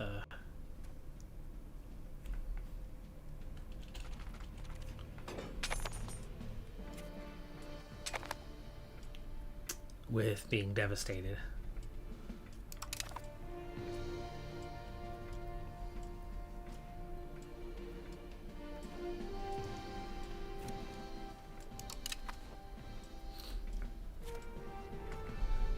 But being one of the last ones, yeah, I don't know.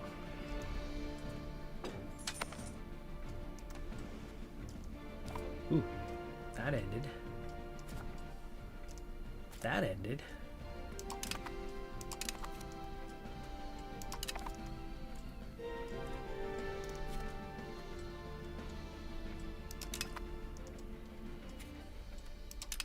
And a lot of these guys are back. Plague pits. Research progress. I'll take that every time.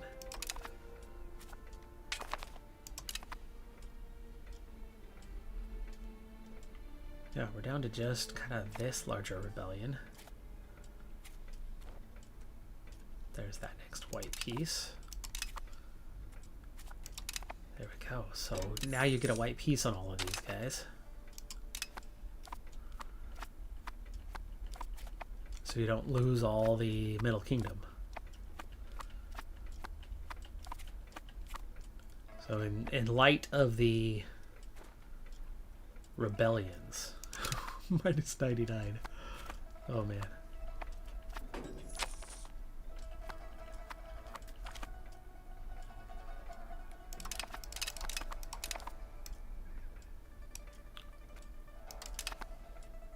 Can we get to this first?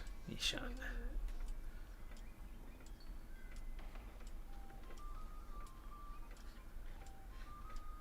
Okay. There we go. Yeah, so finally the rebellious Middle Kingdom ends up white piecing because of the more important event, which is the Red Turban Rebellions. Which means you can maintain the Middle Kingdom, luckily. You just have to be the one to beat Yuan. And right now they're definitely losing lands, and it's getting close, but they're not to the capital yet. Recall of the Mongolian generals. We lose Liberty Desire, we definitely want that.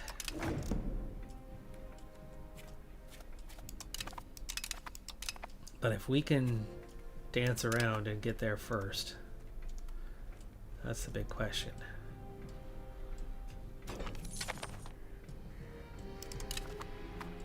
And can they finally get us in? Because I feel like we might be too late. Troop rotation.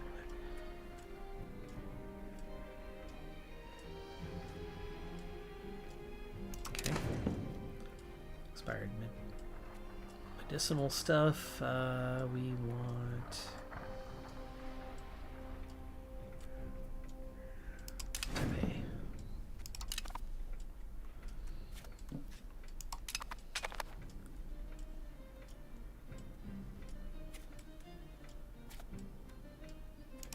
Queen and Maja fit. I'm just worried they're gonna get there first.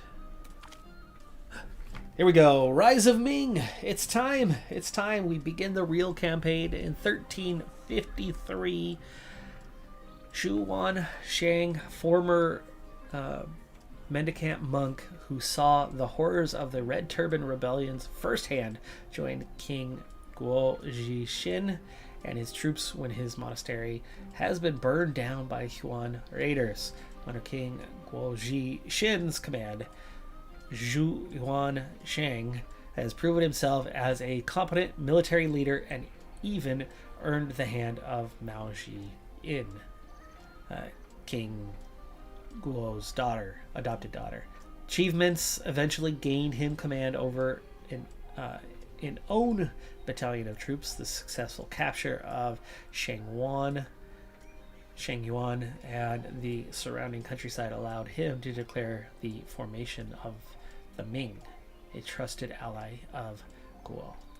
And we are going to play. So we're going to release the warrior state of Ming. Up to 8 of our most competent characters of the Shuanghui culture move to Ming. We lose 12 stability. We gain a reign in the rebels CB on Ming for 9 years. We will continue playing as Ming. Decrease its allegiance to Yuan. Loses 200 opinion of Great Yuan. Raises all of its army levies near instantly. Ming joins the Red Turban rebels. Guo create an alliance with Ming. So that's the neighbor to the northwest. And then Yuan Shang moves to the kingdom of Ming. Gains unquestioned leadership until their death. Army maintenance efficiency 20%. Ma Shi-in, that's our character. Our super. Wow, 80. How is this our leader? 24-year-old, 95. Dang. That's where we have, becomes the new king of Ming. That's one of the areas where you have the greatest advantage. Ming has the most powerful of leaders, has a few modifiers that the other nations around it do not have, because IRL, Ming comes out victorious. So, the rebellion against Yuan. The warring state declared their autonomy. Our fate is tied to our decisions to stay loyal to our Mongolian overlord, or to join the Red Turban rebels and try to seize the Middle Kingdom for ourselves. In the end, the fate of Ming is in the hands of Zhu Yuan Shang and his trusted advisors.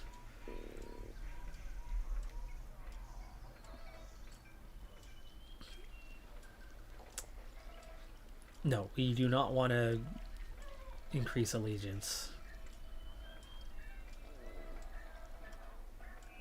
We are going to be a warning state. All right, we are now the Kingdom of Ming. Just like that. We're tiny. We don't even have a rank. We are 0. Now the real campaign begins. We only have 1k ducat, but we do have all that land that we upgraded and upgraded and upgraded, so we do have a very healthy advantage here. We are not currently at war, but very much Yuan strength is 2.5%. They have no loyalists. They are facing a ton of rebels. Right now we are. If we declare war for regional supremacy, Red Turban rebellions is not only a revolt against the oppressive current dynasty, but also a power struggle for the celestial throne itself. We must not allow any of those pretenders to amass enough power to claim the mandate for themselves. Ming declares regional supremacy against the target country.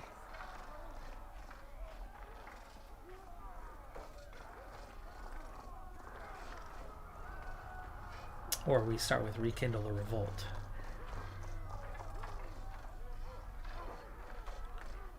Well, I think we want to be the supreme one around the whole region, right?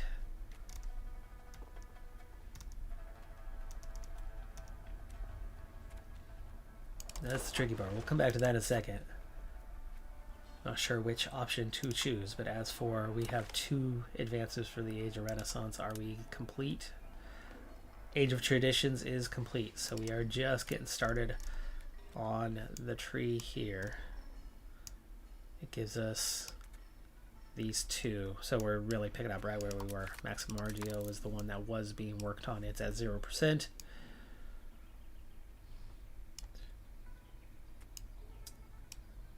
I don't want that right now. What I need is peasant levy. We now need to put together a healthy fighting force. I'm not sure we have any other bonuses that are going to help with that. Army morale. Army initiative. You go, push right on down to there.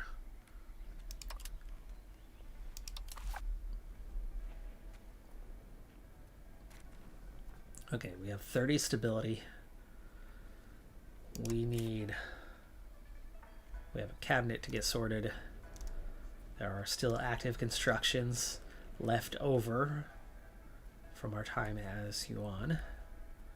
And yeah, we really could have pushed it out a little bit further, but that's okay. That is okay. Where is our capital? We did not work on the capital. That's okay. We got some cities just below it. That's a good capital though with the river.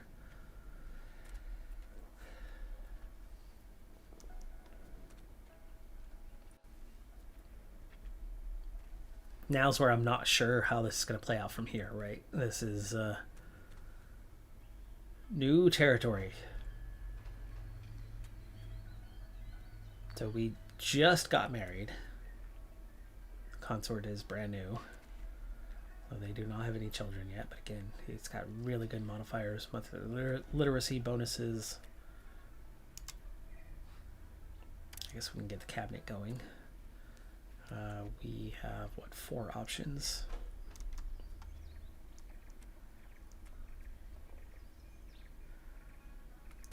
Form a new primary culture. That sounds like a really smart thing to do, but that's going to take a while. We need control. You're going to get control there. We need to keep control down here.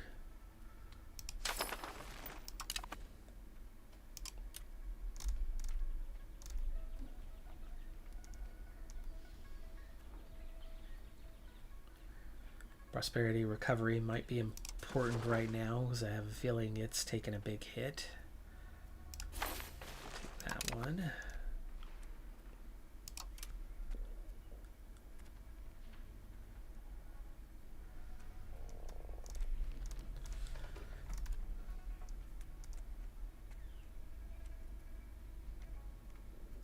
Okay, stability, legitimacy are both going to be important, I think, right now.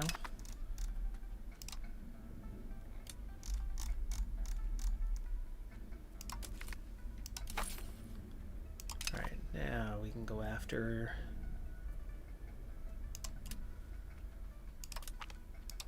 cabinet members.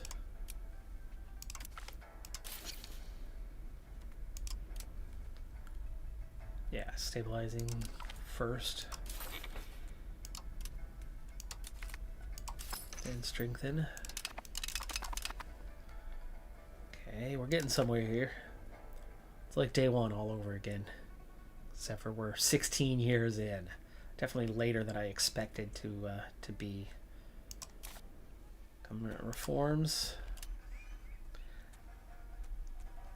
Peasant levy size has to be number one.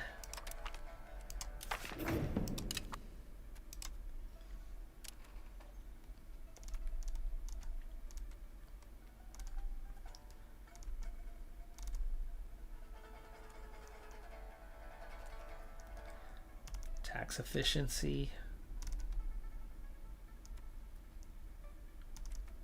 Thinking that's our number two.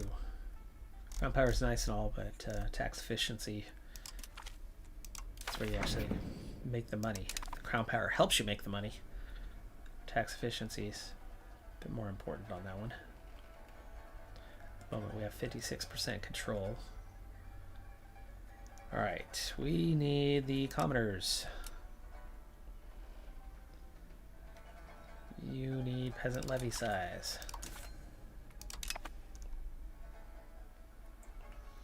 Don't think I have anything like that for the burgers, do I?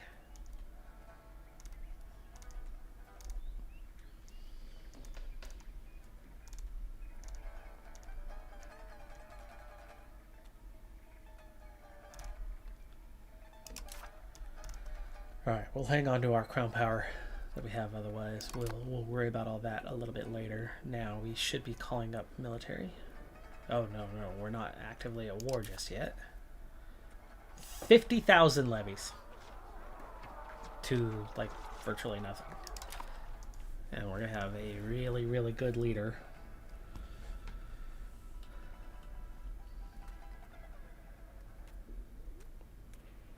Do I want to wait on declaring the war?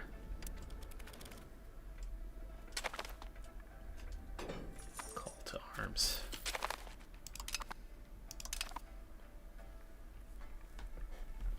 But that makes us not the primary.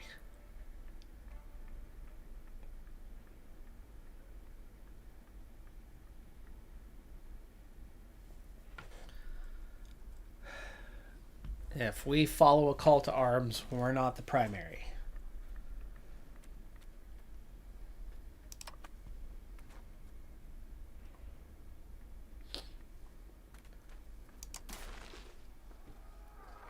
I think we have to declare war for regional supremacy, or do we go... Is it one war at a time? That's the big question now. Regional supremacy means like we declare war on everybody and then start swallowing them up one by one, and then also swallowing up Yuan to win the war.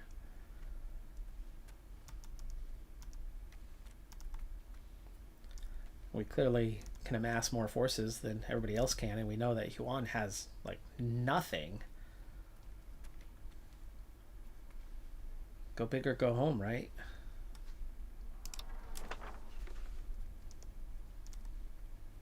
Oh, select warring state. Okay.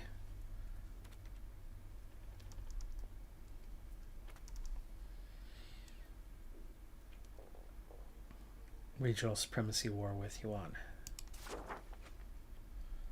There you go. We can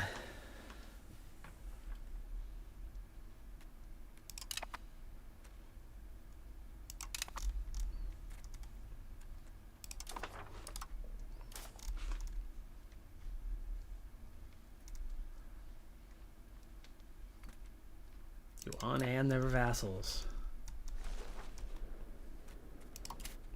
Levies. 50k just became 111k.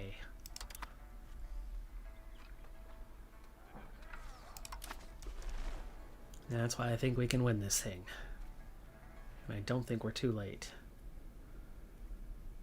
Now we have to make sure that we have passage. Chen might be the easiest one. It's only one nation. The shortest path. Path to the capital.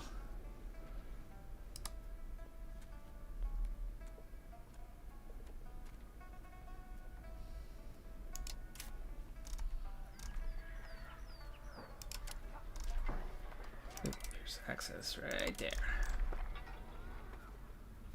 10 ducats. That's easy.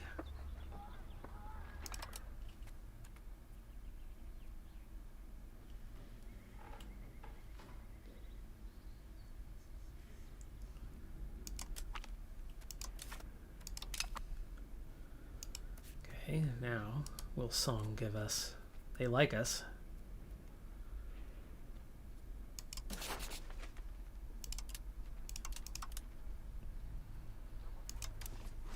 Costs us a little bit more, but yeah, we got it. Okay. We have a path.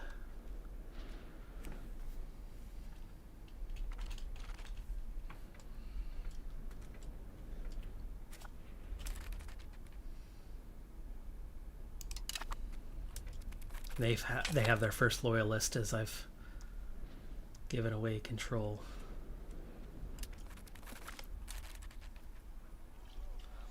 Supported rule. King Shu Yuan Sheng.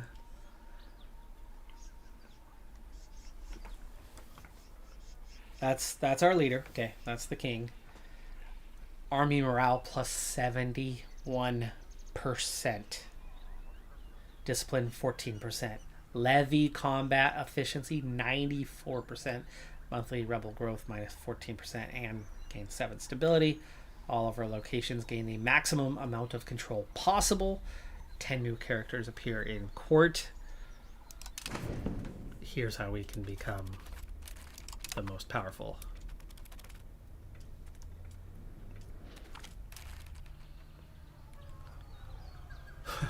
Here's another positive. Army morale 15%, speed of integration 25%, antagonism received minus 33%, levy size 33%, stability and legitimacy.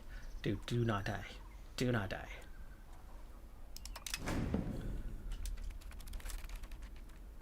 Alright, army number 1. I'm tempted, but we don't want to kill him, so we're gonna take on the best commander there. Let's also prepare you for a secondary commander.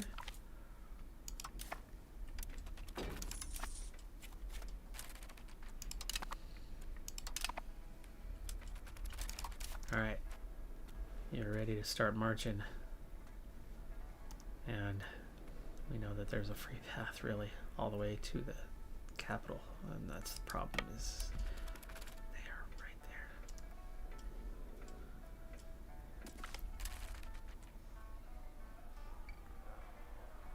Ming and there, hey, look at that. Guo Ji Xin's untimely demise. Red Turban rebellions are a treacherous chain of events. No man, woman, or child is safe from the inevitable fate, which is death itself. Unfortunately for Kingdom of Guo, such fate has fallen upon the king. Died during one of the skirmishes against the Yuan forces, and died without any heir. We annex Guo.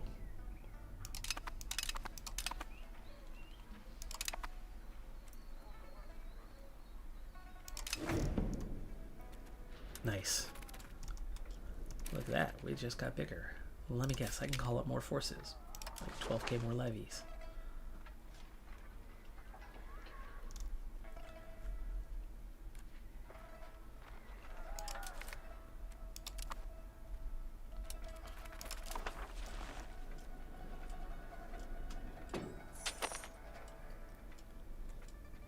to 6 million from 80.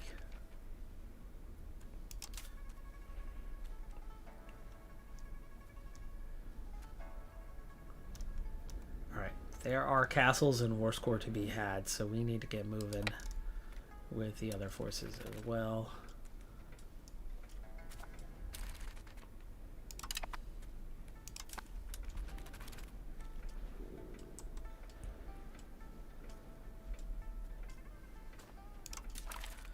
So what is our war score going to be on? Show superiority. So taking the capital is not going to be that big of a deal. It's beating up on their forces, which they have none. So it's going to be beating up on their vassals' forces.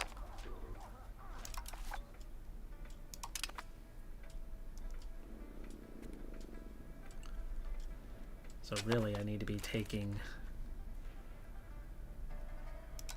and I should be pretty safe down here. They got any, no, that's all held. Send you up here as well then. Probably have you join the 28K. Probably.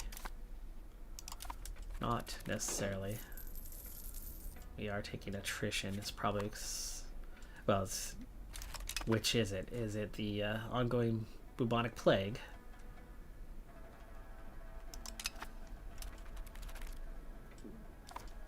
Or is it the size of the force?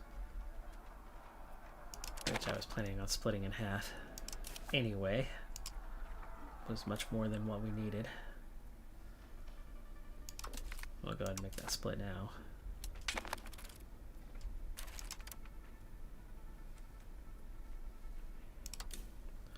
Stop in Gaoting for a second, and you're gonna go over here to Montao.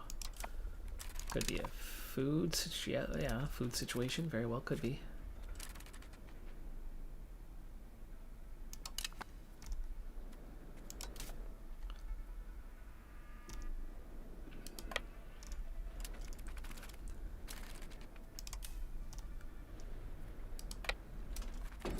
Encountering a little food situation where we don't necessarily need to be sieging, we need to be going and beating up on forces to get a war score.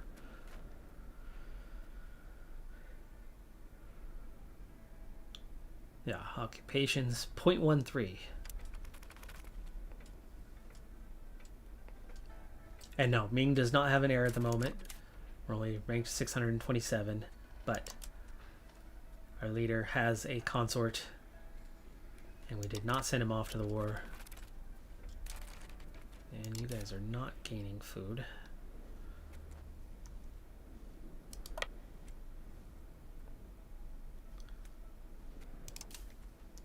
We did not join the war with Mao, but I wonder if I can ask Mao for food access.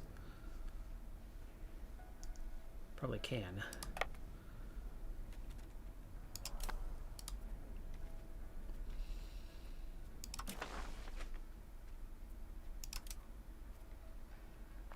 Request food access. There you go. And we have food.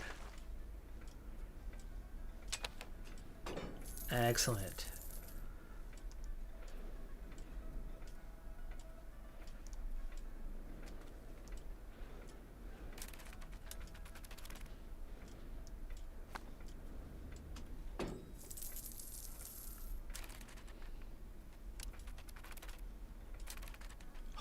We're the first ones on the capital.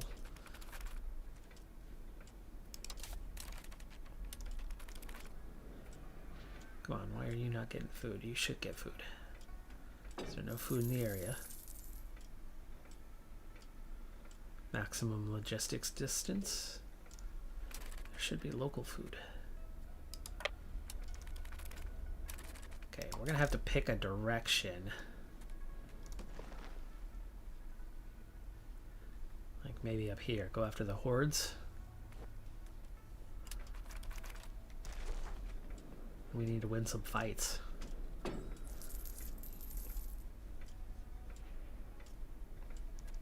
Yeah, so we need to combine these forces. 30k. 3 armies of 30k.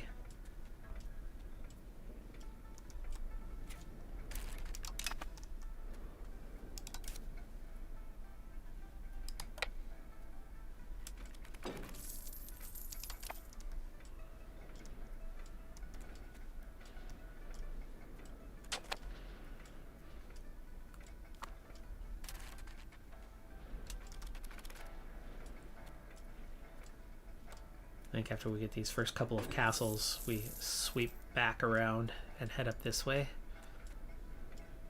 towards the Hachian Horde and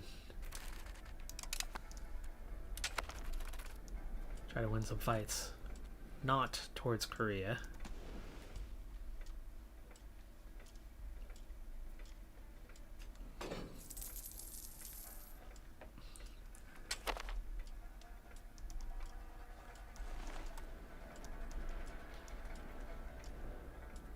Huh? We just got black flagged. Oh, Timur. There's the next nation. We're gonna have to go all the way back.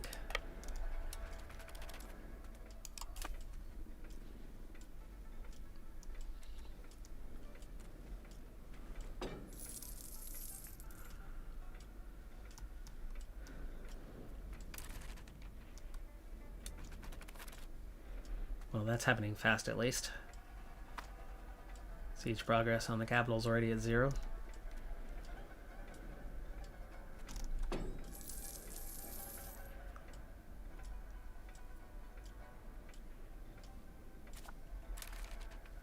And that is this one, right? Yeah.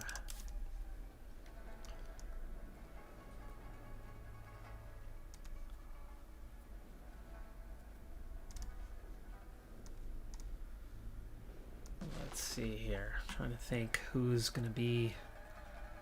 They're already largely in trouble down there. Oh, wow. And Ping, Dongguan. So that's 3 more have rebelled. But they did pick up at least 1 loyalist.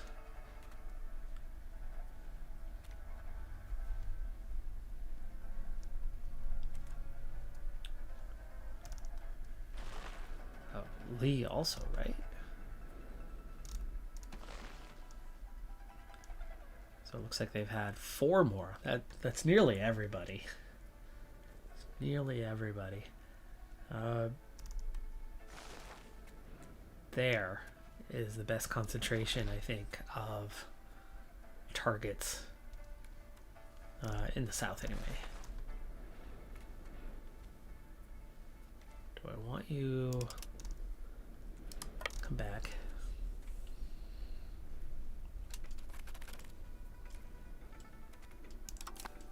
I might have to gain access through Lee. Okay,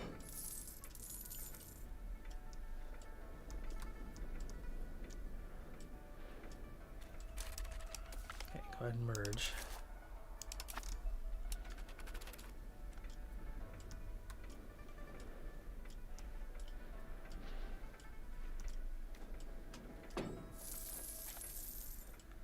There's the peasant levies. Increased our levy size by 2%. But that's not going to help me with what's in the field.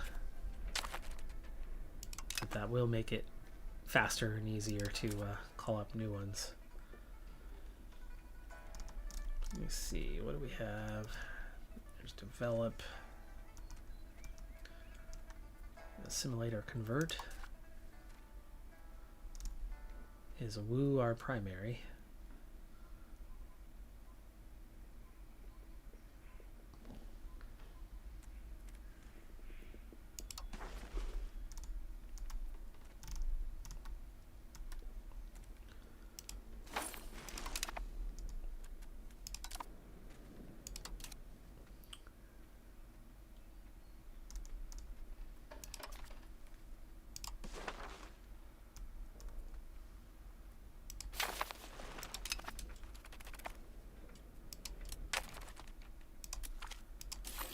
Alright, try to not ignore everything else here. Oh, there you go. We've got the capital.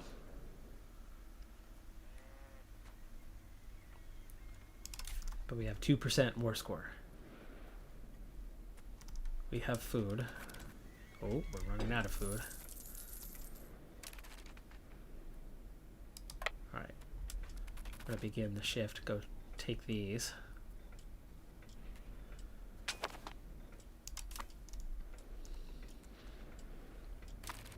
And maybe I should, with dwindling forces, bring everybody up here instead of pushing west. Black Death spreads. That means it's just reached inside Ming.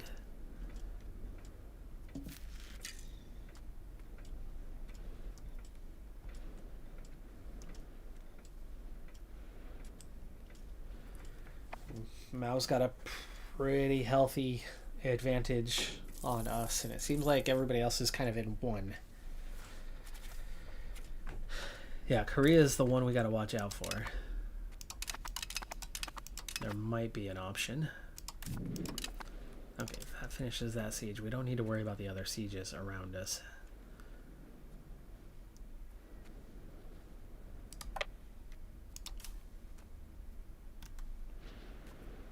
Where are you? In Hua. By the way, I know some of the pronunciation rules regarding Chinese, but I am certainly no expert. I'm probably getting 90% of it wrong. But if I'm lucky, it's only about 70% of it wrong. Excellent. Do I want to push in? The capital's right there. But let's check on the...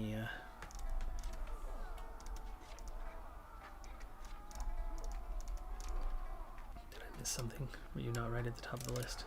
Oh, it is right at the top of the list. No. Loyal subject. The others, yes. So the loyal ones, no.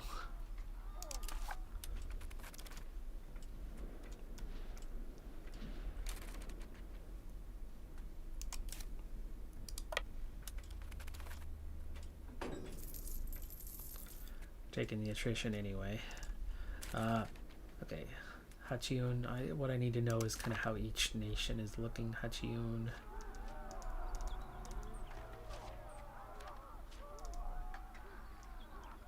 Hachiun has just 2,000.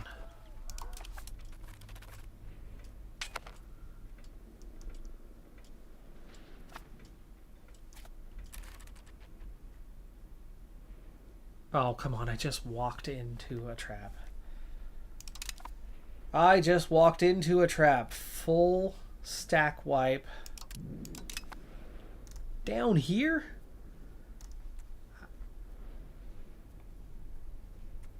I don't even know how that one happened. Okay. I know how we have 0 morale. That's a long ways to march. But how are they... How is Korea down here holding 0 territory and getting around? There's no castle.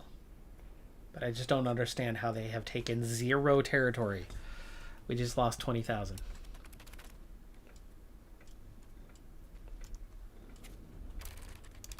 You need morale. And they're slowly getting it. I thought it was this one because of how close we are to Korea. You have morale. You need to go take these guys out. This is what we're here for. Win battles. I've lost 1 battle and we have minus 25%. One battle that lasted in a second. It was an instant surrender. What's going on? You're gonna lose now? Wait. What? There's only 2,500. And we're supposed to have a 90%. Now there's no morale.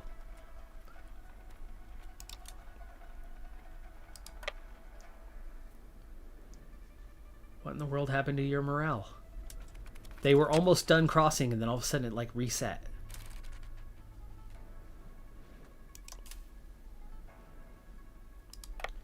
Get in there and help them. It's all of a sudden all I have. This was looking so bad and then so good, and now it's looking so bad again.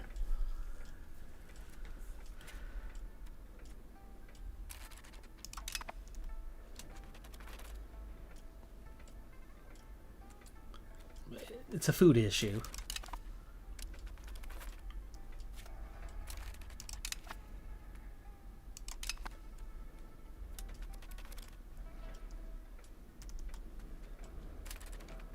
But there's morale. Let's cross the river up here. Let's go to the capital, which we actually can't see entirely what's in there.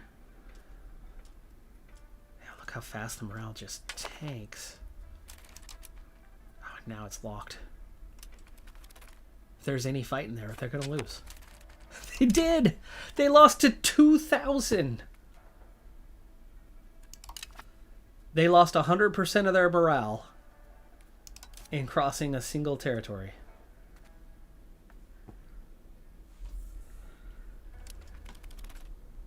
Suddenly, I apparently suck at this game. I couldn't anticipate that they would lose 100% morale in one short river crossing.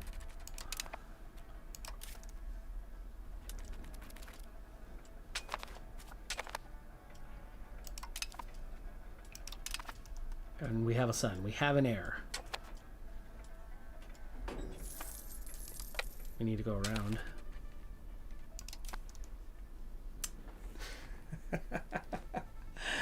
Oh. Yeah. 23,000 against 2,000, which is supposed to be a stack wipe automatic the other direction, more than 10 to 1. And 100% morale with huge modifiers, huge buffs, but they're hungry.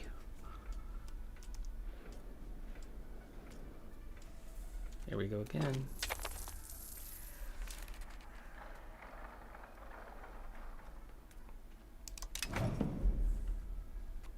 I never did try to fix the economy here.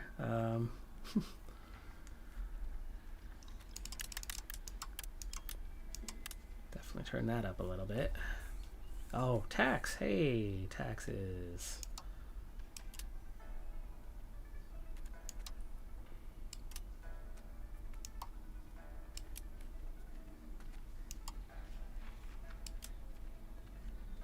Yeah, we have money.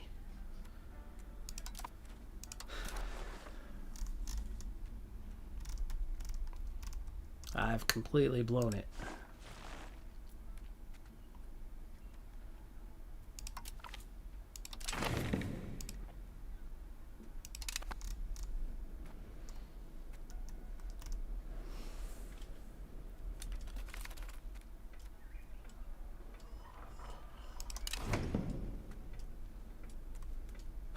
Okay, they made it here without...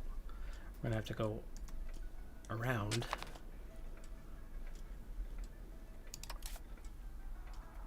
Can't call up any levies right now. Might be able to afford some regulars.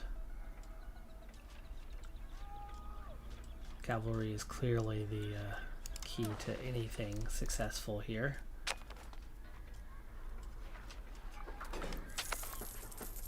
Not enough manpower. We only have 125.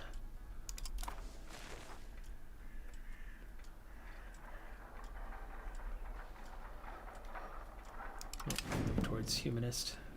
Anytime, every time.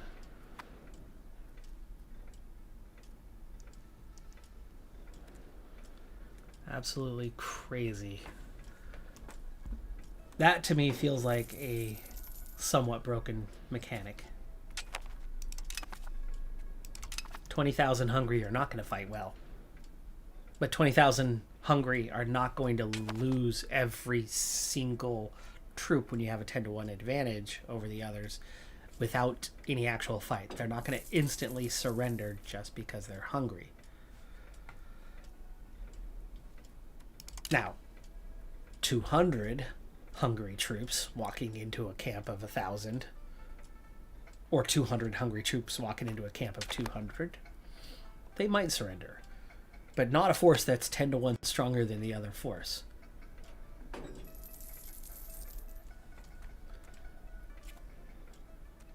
And you should not lose 100% morale crossing one location. One location. And they lose 100% morale.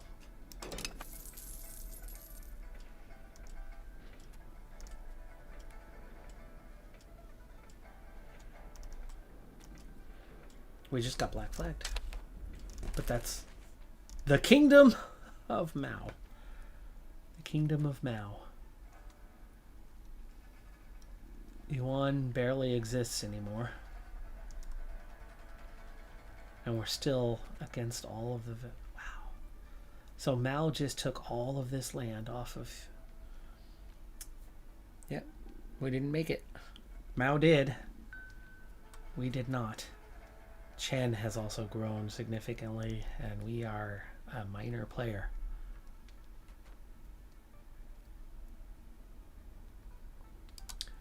And I doubt that they would take a white piece either. And now's not going to be at war with them anymore. And then we just got black flagged. But nobody's going to be able to reach us. But we're not going to... But we're not going to be able to grab any war score.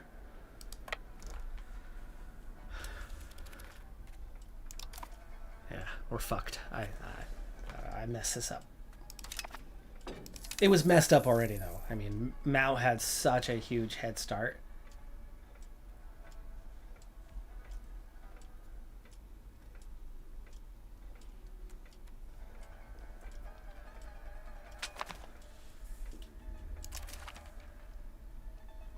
War reparations. That would end things. 1,500 ducats doesn't hurt. Okay, well, let's get out of the war. That's fucking absurd, though, that we lost 100,000 for nothing. Zhongwu, there is still regional supremacy options, so this thing's not done. I think we have to start with Song and Wu, and then Fang, and just become a larger regional power. Then take on Chen. Yuan itself still has all that support, but that support's going to rebel and break off.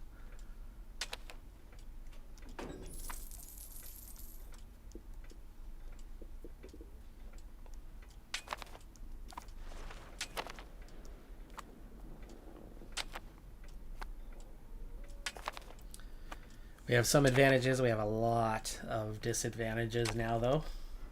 At least I finally understand how the mechanic works, but this thing was set to implode. Our biggest problem was Ming came too late to the party. When it was already all kicking off. And then our bigger issue was how far we had to travel. Like, realistically, what we needed was not taking on Yuan. We needed to use the Red Turban Rebellion mechanic to take on Wu and absorb it. Take on Song, absorb it. Take on Fang, absorb it. Like I'm now planning to do. Well, we should have started with that. With 100k troops, that could have easily taken them one by one and absorbed them, as Song just took a chunk of Yuan.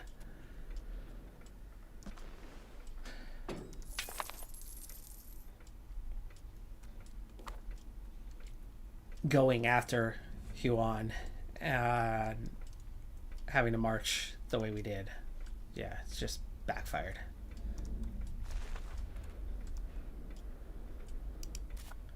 Didn't quite understand how the mechanic was set for this. We were set for success, and I really freaking blew it.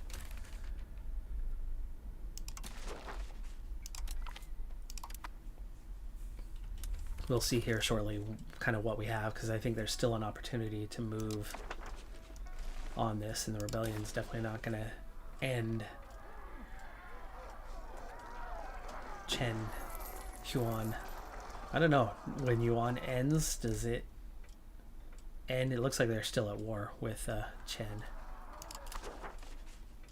Not for long, though, and there's not much left to swallow up. There's what's left. Just little bits out here. Xia has taken Li. Song is losing to Chen. We might be in a situation where we're going to lose pretty soon to Chen.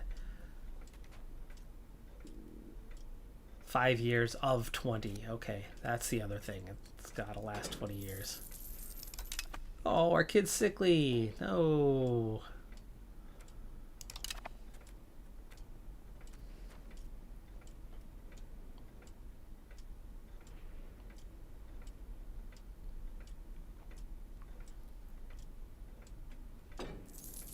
Oh, there we go. At least 65% of locations owned by Middle Kingdom.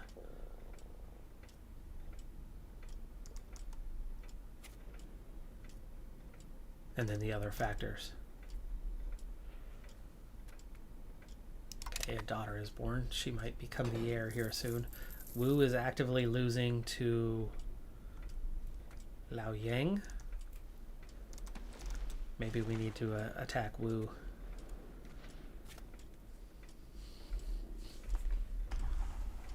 Take advantage now.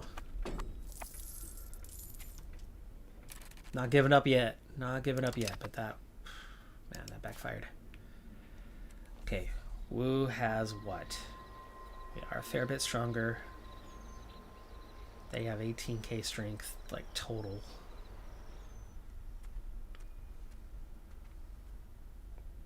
But right now, I definitely do not have my 80-something K. I have... Oh, I do. I have 80,000 levies again. Okay. In which case? In which case? Okay, Wu while we can.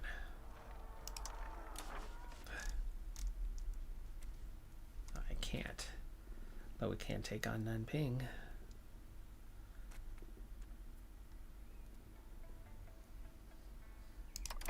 So let me check on them. I think we have to move fast. Oh yeah. There you go.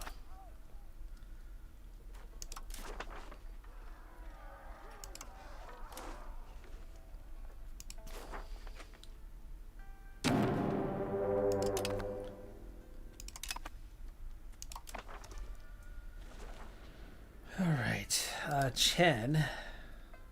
Let's improve opinion. Right now you're a threat to me. Let's also...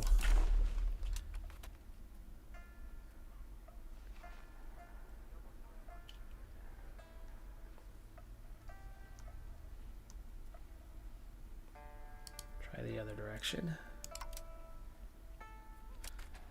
Okay, military access given from Fang. Wu.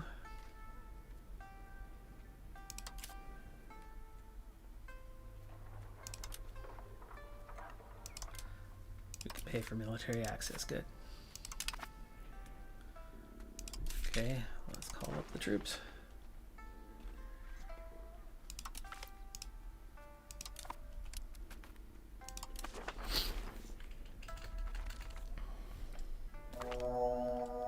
End of the Black Death. We only lost 1k.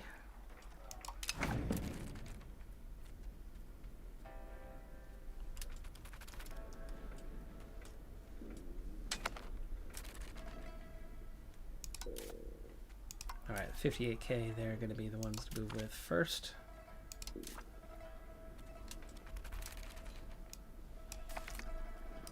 bring those guys down here.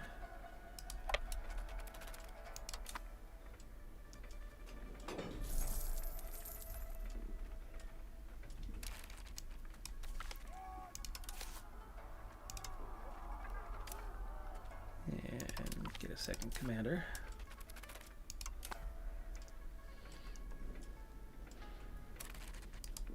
Fang, hold on, let me ask a further question.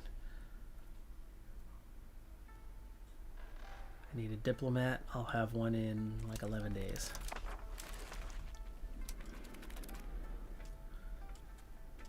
Since I'm waiting anyway for you, I'll wait for that. Food access, excellent.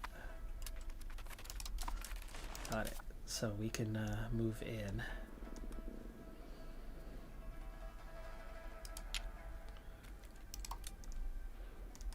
Huh? I have access. What happened?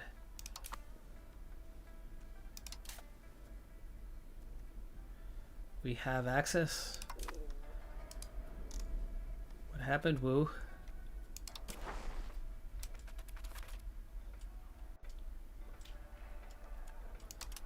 heck happened? We lost access to Wu. Their war ended. Can we declare on Wu? No. Nanping. Did our war just end, or is it? No, Nanping is who our war is, and they just picked up all of that. That's nice, but how the heck do we get to it? Chen. Let's try you once again.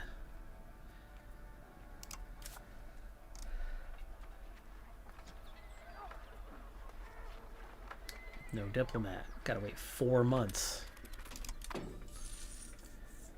Bad timing. Unlucky on the Wu part.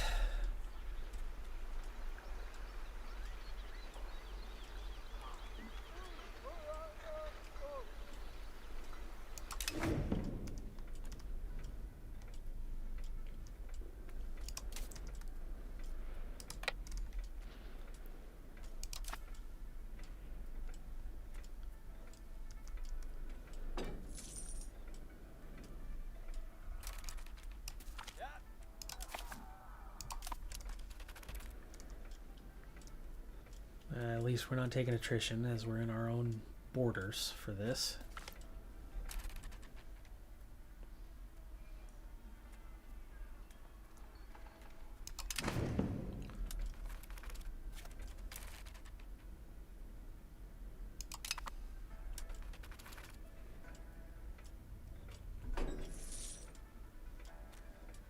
One more month.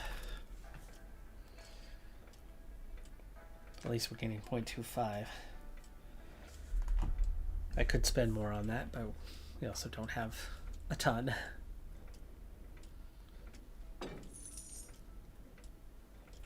There we go. Alright, Chen, do me a solid.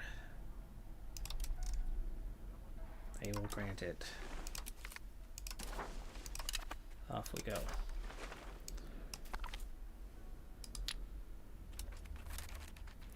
They will grant it. They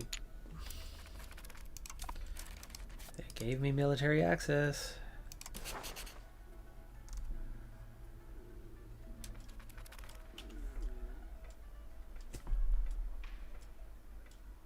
They said yes.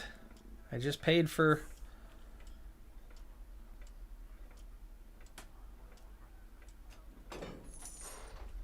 That's twice I've paid for military access and lost it instantly.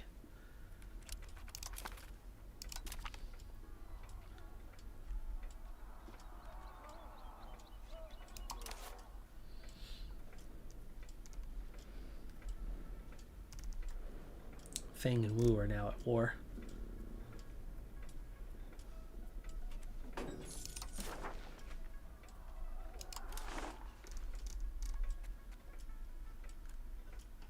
Looks like these guys have all broken off now from Yuan.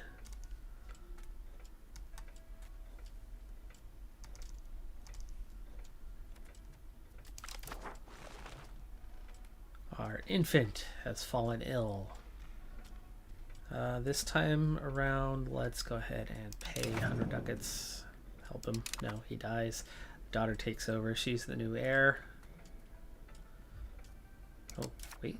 We have a male? I thought we had a daughter. The 2-year-old survives.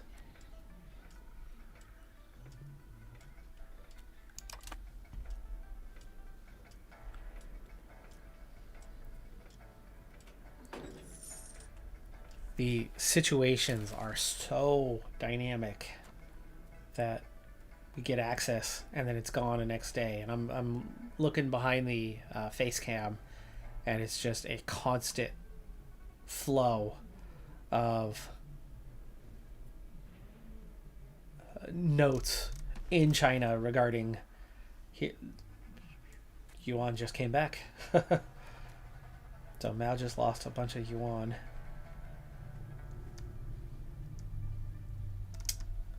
Chen just absorbed those guys next to us. But yeah, it's just this constant change of who's in charge, who's not in charge. I should be able to march. I should be able to march because you're at war and I have access through Fang. Had access through Fang. Do I not have access anymore? Did I lose that one as well? I did. Their status changed. They have now given us access. We should then, because they're at war, be able to march through.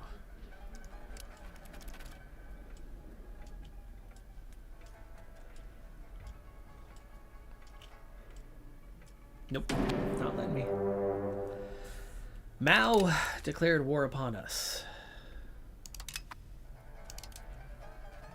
Well, they're big. We're not. But we can fight defensively. And Mao just actually lost a lot of territory. And then the capital's right there, so... Yeah, Mao's only got 54k.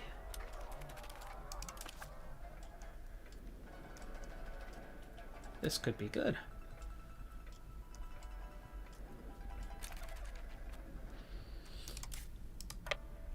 Come on up. Up the gullet.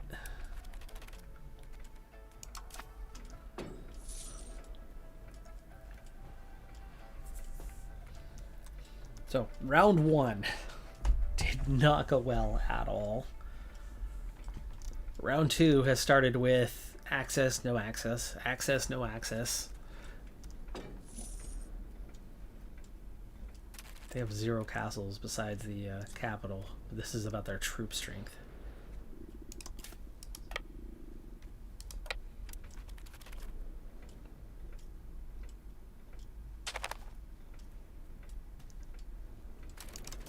Better education. Let's definitely get going with that. The expensive education. And actually, aren't we, yeah, pretty cheap on the cost of court? Get that going. Diplo spending, I think, is okay like that.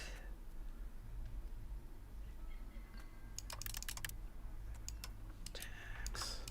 Yay, more tax. Okay. I'm so focused on the war, not on the economy. We focused on the economy earlier. Now it's the war, right?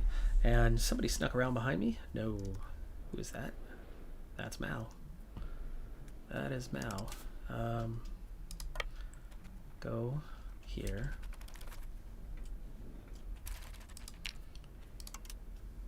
I can't attack them there. They are attacking. It looks like they have Fang fighting with them, or it's 2 separate wars. But Wu's not going to last long.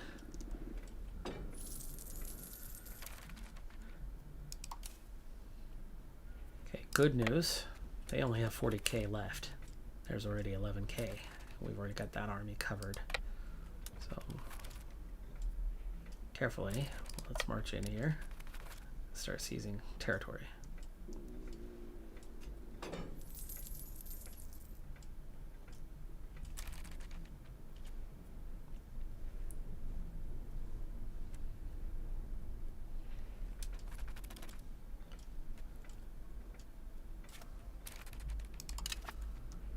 %1 war score.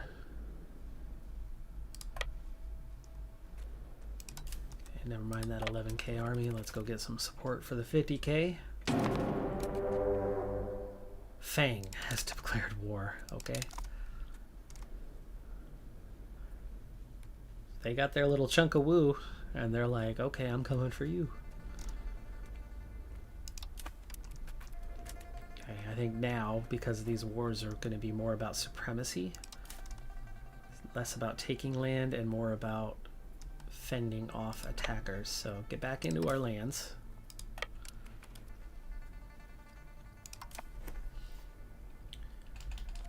And we're going to look to like kill that 21k right there.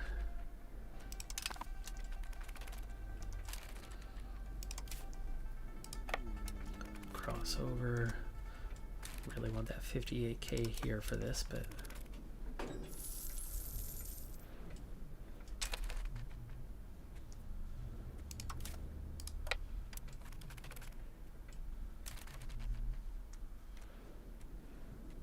11K's moving slow.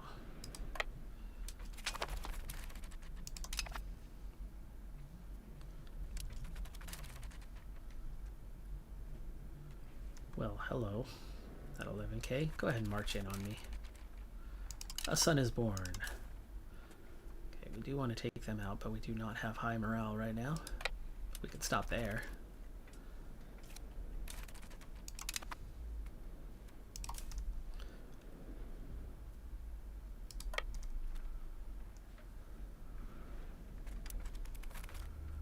Two to one should not be a problem, especially with full morale.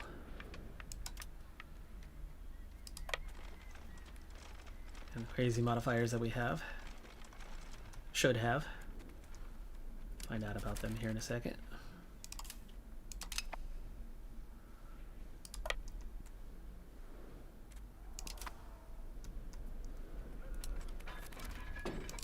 There we go. Okay, checking in. Fight's almost done. We're winning it quite comfortably. We've lost 3,000. They've lost 9,000. So 3 to 1. But we have a 1.2 advantage on morale, same on tactics, and a 5% advantage on discipline. So we're definitely stronger. Definitely stronger, and that's Fang. And that's a full stack wipe.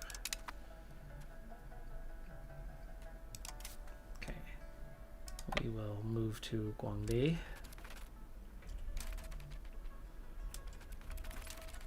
Full strength. Wait for them to lock in. We will catch them out here.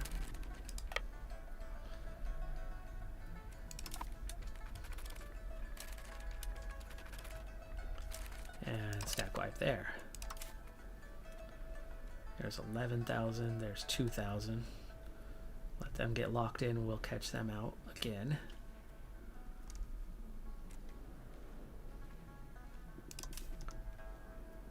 Go up to Dantu, go take out that 2,800 and then move for the 11K up there. Okay, they're locked in. Take them out in Nanji.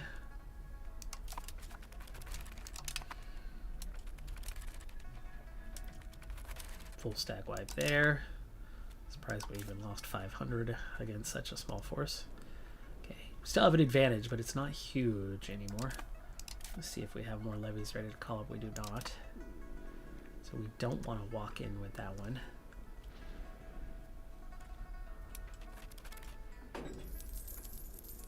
You're not going to need full morale for this, but let me get you at least some before they run away. I can see where you're running. Taixing. Take you out there. Well, we'll arrive in Taixing. We're not going to catch you in Taixing, or is that just because we don't see Taixing? Probably because we don't see. Though it actually does look like we can see, can't we? 11% war score on Fang. Yeah, there's huge modifiers making things cheap, but not yet.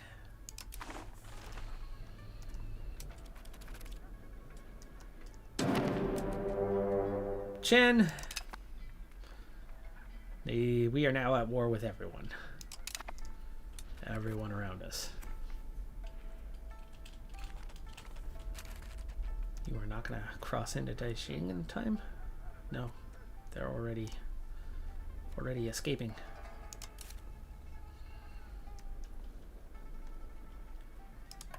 So never mind that order. Hit them off the other way. We don't want to burn through that castle. Let's pull back. I want my forces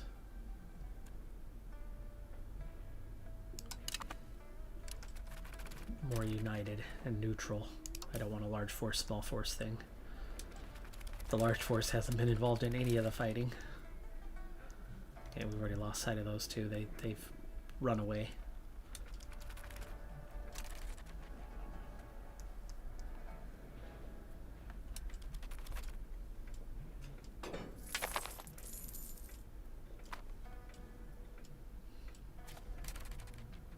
Oh, come on, another sickly kid? What's going on?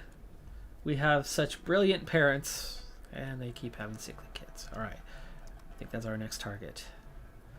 Let's move up towards Yuan. And Yuan. I think we're going to merge and then split in half.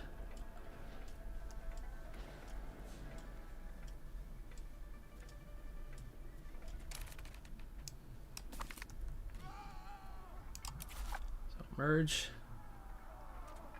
Split in half. Put the other commander in charge. There we go. Now we have two forces. 39,000. They just ran away. Here comes 30k. That will once and for all finish off Fang and give us a whole lot more land. So let's take both forces. One to Dengu. One to Li Shui to help stave off any issues we might have. I should put in a castle or two. Wu Wei will give me some protection here.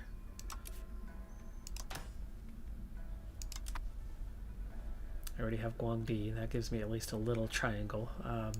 Wu Jin. No, we're going to have Feng. We're at 23%. Is that enough to... It is enough to get them out. But no. That's -5 once you start making demands. So we do need to go beat up this force, which is over here now. So you keep moving, and you move.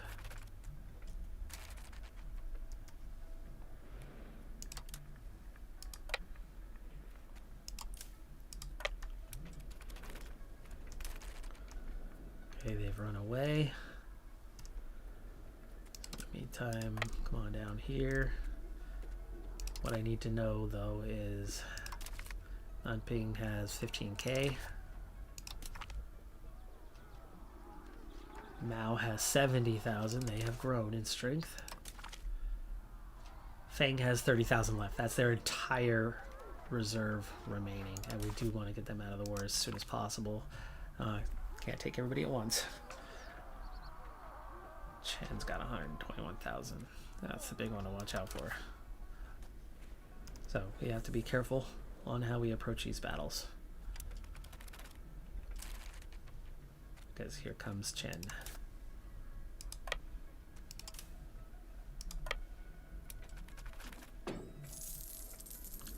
So I think we need to stay in inside our borders and pick these guys off. And there's one that's about ready to get picked off.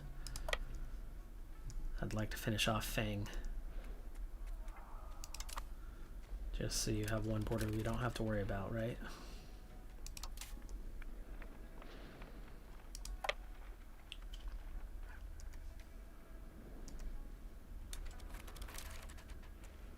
That's tempting. That is tempting. And we have an advantage, but that's going to require a lot of losses.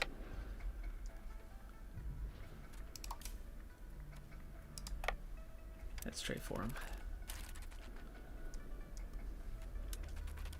I know their morale's not going to be great, but if we get enough time, we can stall.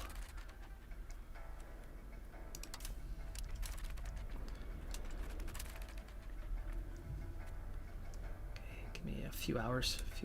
There we go. Excellent. This should do it with Fang.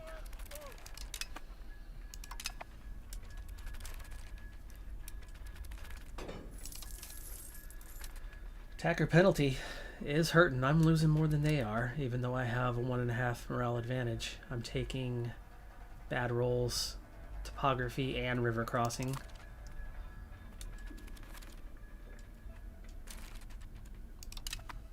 But 20,000 wiped out. 40% war score.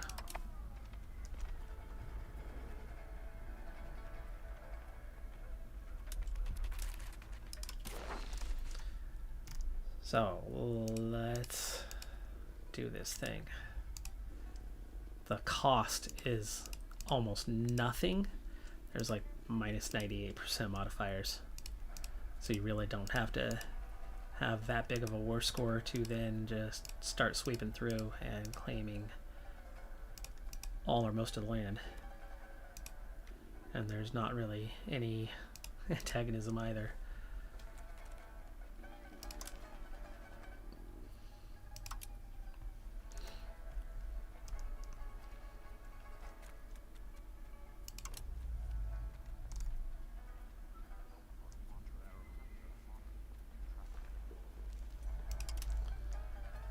Cannot take their capital though unless we march on it.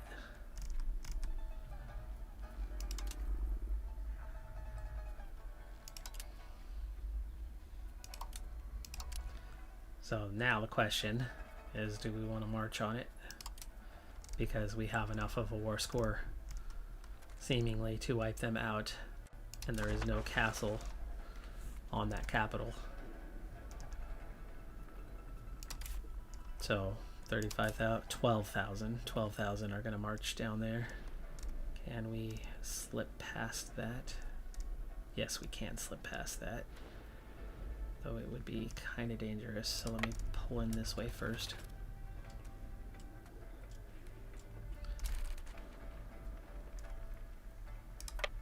Yeah, you gotta sweep around through Chen, but hopefully we don't encounter any forces for Chen there. Okay, you're gonna move in a little bit defensive kind of manner temporarily.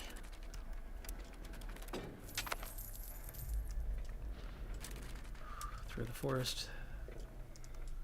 Through the forest. There's the 10,000. We do not need to fight them. Nope, but you do need to go away. No, you do need to... Nope. Zone of control. Help is on the way.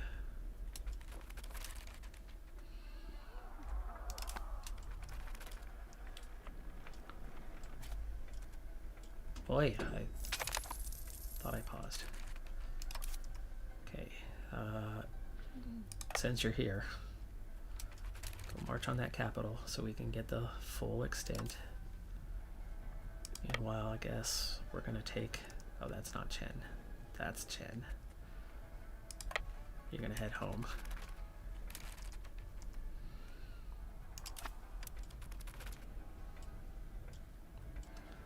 We're that close to having the whole nation. Might as well, right? Peace, peace, peace, peace.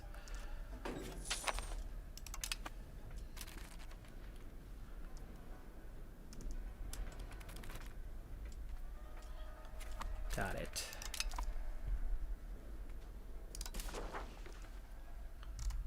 Final state. Plus 26%. There you go. Okay. Fang is ours. With 2,000 ducats.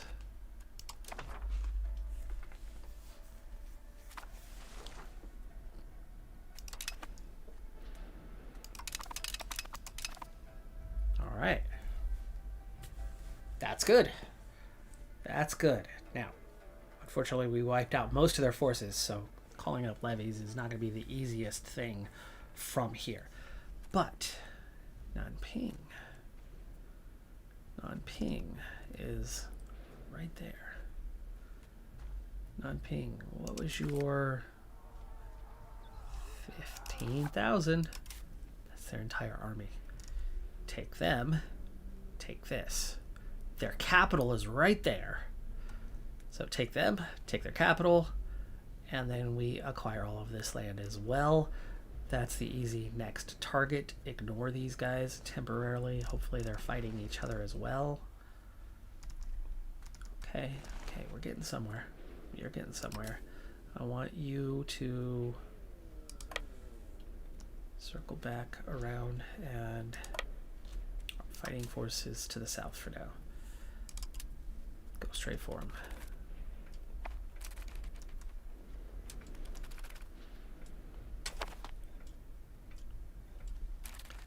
A little weird that they're not black flagged, but let's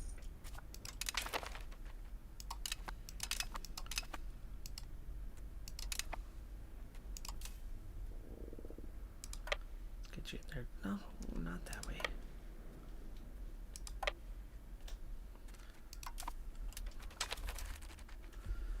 skills of the consort. 10 legitimacy, which would help.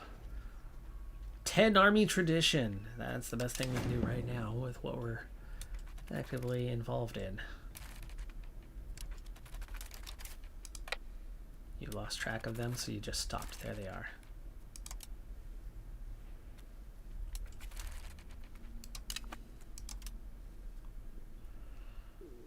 Head for their capital. Head for next to them. Okay, stay put here. Recover the morale. What's the territory like? It's mountainous. We're going to take penalties.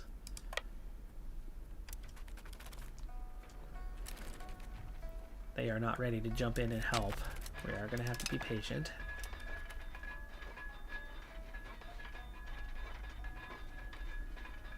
I'm definitely taking some losses.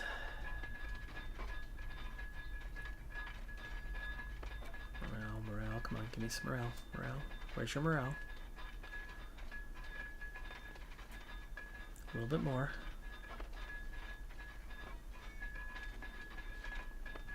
One more tick, and then I think that'll be good enough.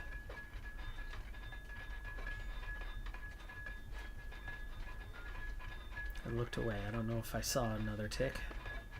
There's a tick.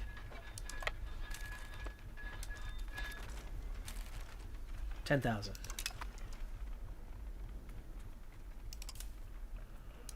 Take the capital.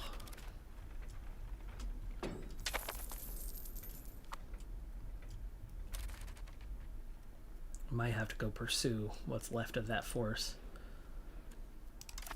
Or at least grab a little bit of war score, but let's grab that capital first and see where we're at.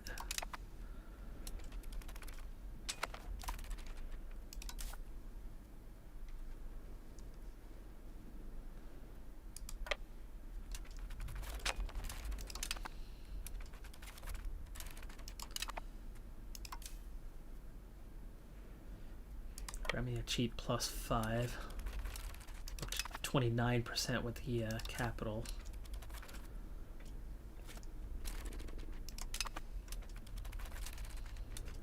There we go. Okay. Going siege. Give me the ongoing siege. There we go.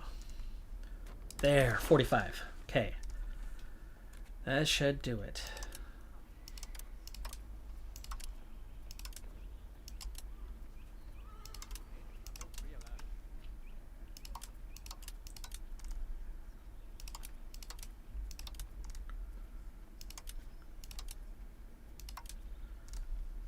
Go full annexation. 1,000 ducats. The original war done.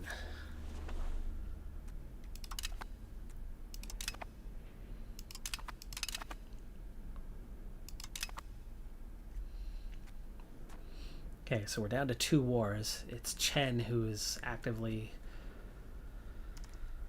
sieging, and we're going to want to deal with them, not by going, we need to defeat those forces. So pop on up to that old capital that we just took a little bit ago as a start point. I only have 30k right now, but I have 195k more that I can call up. Problem is we can encounter some of it, having some problems with those call-ups, so I'm gonna have to do this regionally.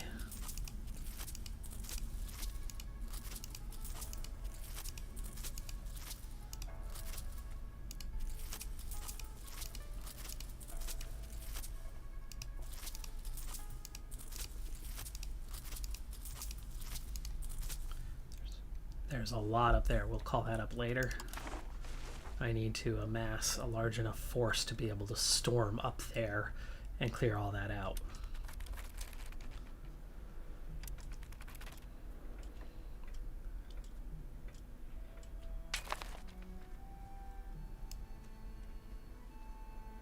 So I want this first force Stay tight down here. Come together. This force is rather small. Hold on. Let me pull this force that way. Pull these two with them. Two separated, two isolated. Okay, this 12th need to merge.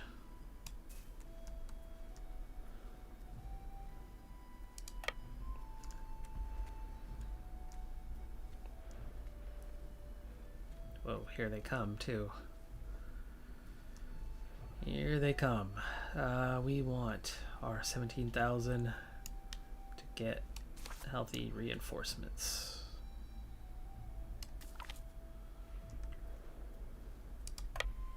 So y'all pull back that way. These two. Pull back this way, please. Take a little more roundabout way getting there.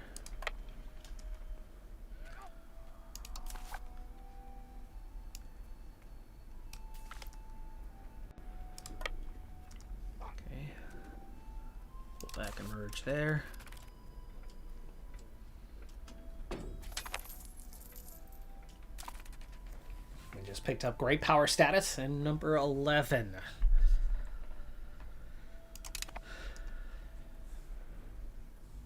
This thing is a definite challenge, but it's starting to come together a little bit. All right, those 2,000 are doing well. This force I do not want to fight. I just want to get a sizable force to be able to kind of sneak through that's not going to automatically get butchered. They will make their way north and eventually join in. Kind of replenish whatever army is going to be in trouble at that stage.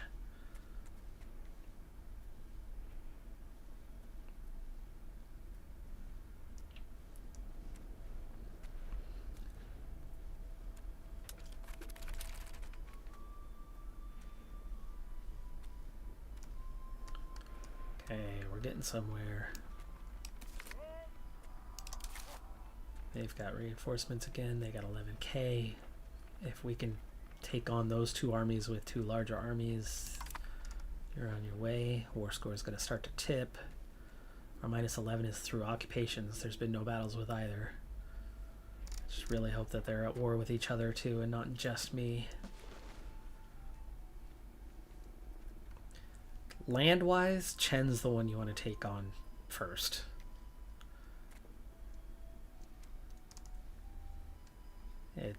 That's one very long shared border.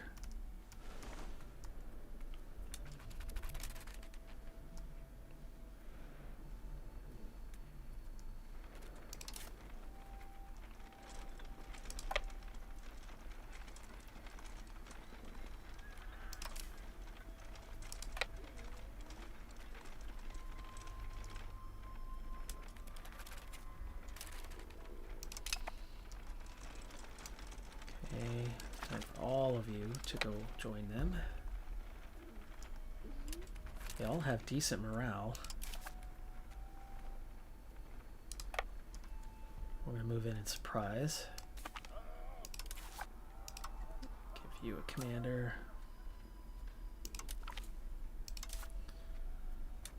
Get your morale up.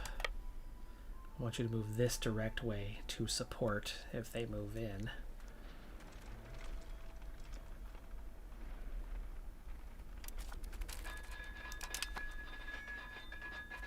Okay, here's our comparison with Chen. They have a weaker morale. They're less than 5. So we have a more than a 2-point advantage in morale and a 5% advantage in discipline. This is why Ming is a danger, and they are moving in. They are moving in.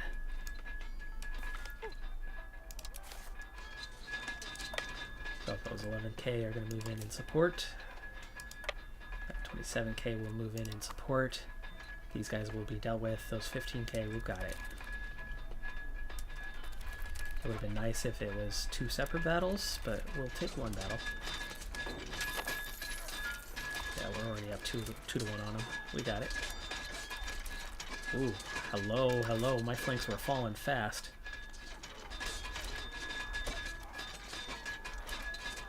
Get on that front. Get on that front. There we go. We almost lost that. Almost lost that.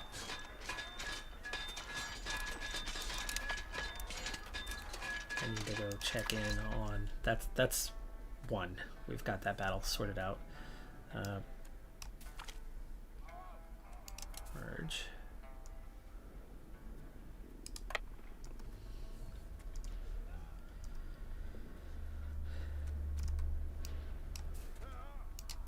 Okay, 10,000 is good.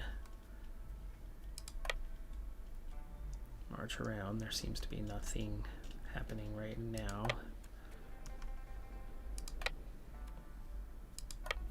And then we'll get you up to here.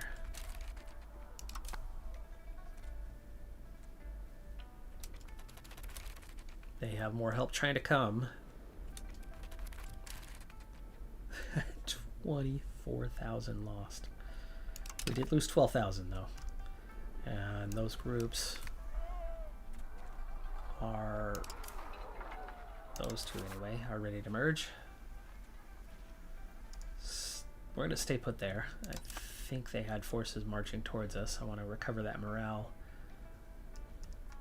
And then get these two together.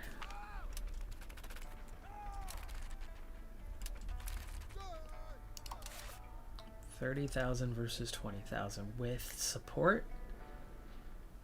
Yeah, we can wait. Be patient. That extra 10,000 would definitely be enough to convince me, but so would 50,000. So why don't we march on down there?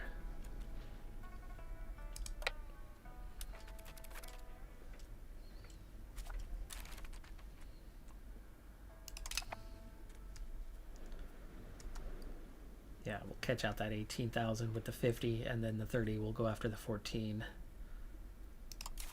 In fact, I think we can start moving.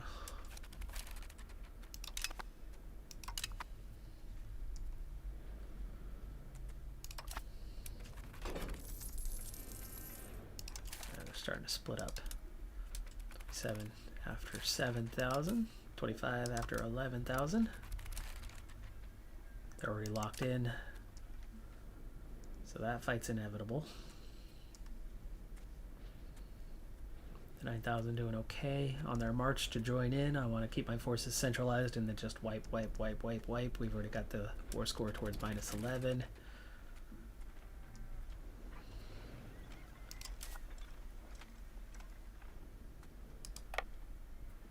Where are they marching to? Ningda. Yeah, how are we not getting a...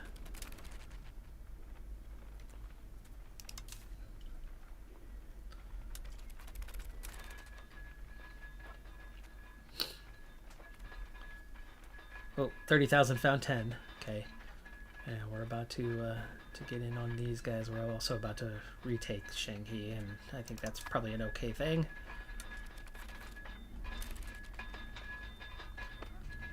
Okay. That's one battle done.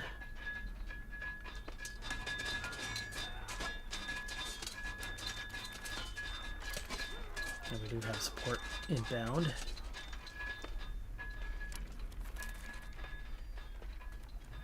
Had support inbound. They canceled it.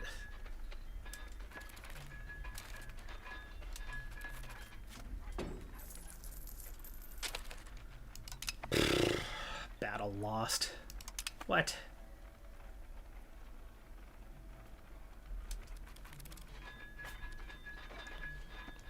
Second battle now, 53,000 versus 18. That one army lost some morale, marching through rough terrain there.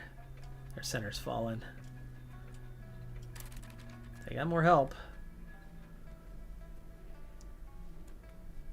Oi, where are you going? You were not retreating in a very good direction there. We'll have to pull back into this area once they get there. And then come back carefully. 9,000 have made it safely.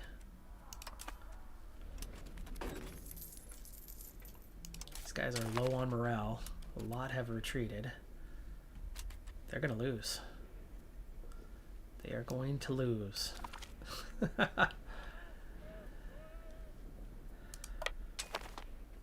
Because their reinforcements came at the right time. And the initial group had no business losing, but they did. And it really kind of set the whole battle up for failure. Drop back. Recover your morale there. Well, that hurt the war score because it's at minus 47. Are they going after my capital? No. I'll have some time here.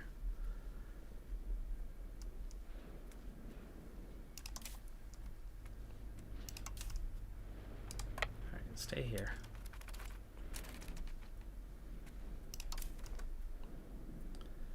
One of them has 25k, the other one has a bit less, so let's merge them with the 10k.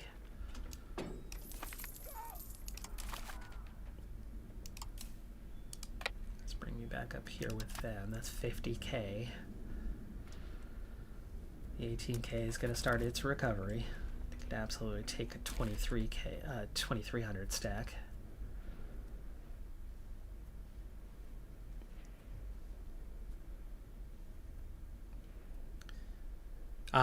Levy strength wise, right now, no. We have all the modifiers that we can. You know what? Actually, I think there's one more modifier that I could still get. Let me figure out where my estates. The nobility, noble levy size, army levy size. A lot of power that I don't want to give away to them, but we can give away to them. And those are actually stronger troops anyway. Alright, these two are mostly recovered, and obviously the threats are up there. What we got to be careful of is the mountains. We don't know kind of what they're packing through there. Go to Gaitan, Ningde. Okay, 18,000 is ready.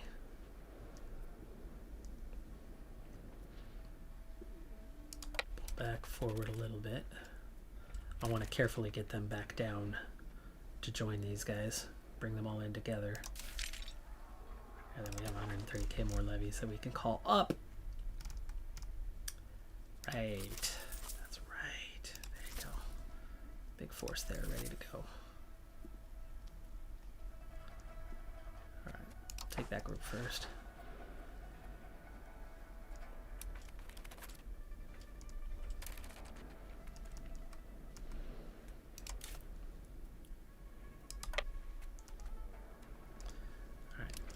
I want to have visibility in my land, so these two for a second are going to be focused on a little bit of recovery, territory recovery.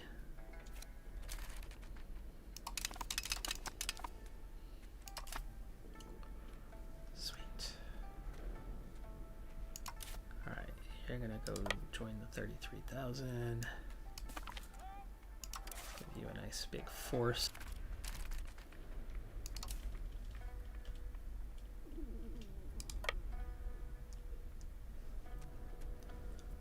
100,000 taken on 15 should not have a problem. I think they just saw us. They're running away. They didn't run away far though. Why would you still be going over to Xingyan?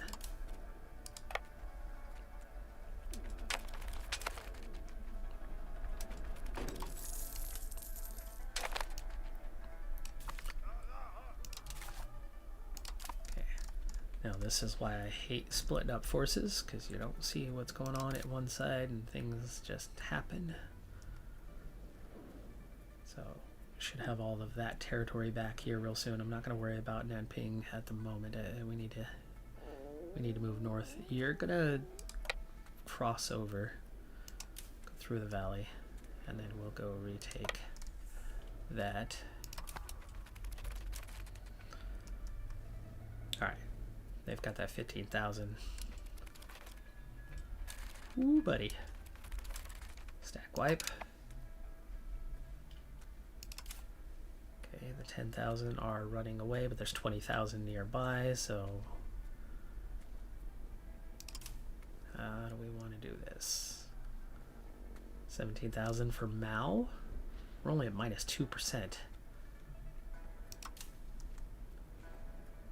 Got to protect the capital anyway. 35,000 is going to move up there. And then let's just go ahead and do just a little bit of recovery here as well. Let that 30,000 stay there for a second. We'll look for an easy opportunity. Oh, there's... that probably is it. 100,000 versus 32,000. And those two are still on the move. Chen, no, we are not accepting a peace offer. Oh, nice. Wipe out that little 280.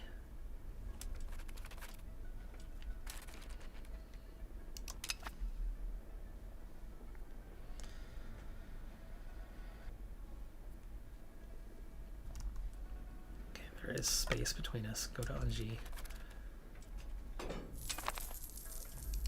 You know what? You're gonna go here. 50,000 is going to go to Anji. 35 is also going to move to Yuan. Ah, they're trying to pull out. I think they spotted me. I think I'm best going after the 13,000 here, though.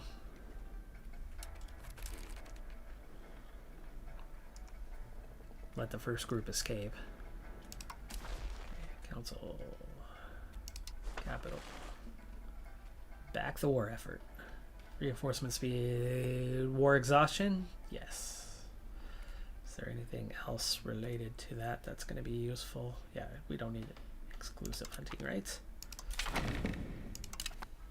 Excellent. Back that war effort. We have 8K. Doing just fine.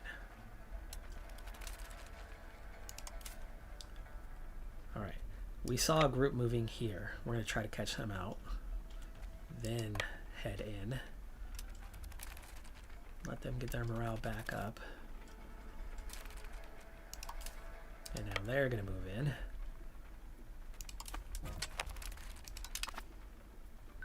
Okay, that other group slipped through already. We'll get Leon retaken. These two have arrived, or one of them have arrived anyway.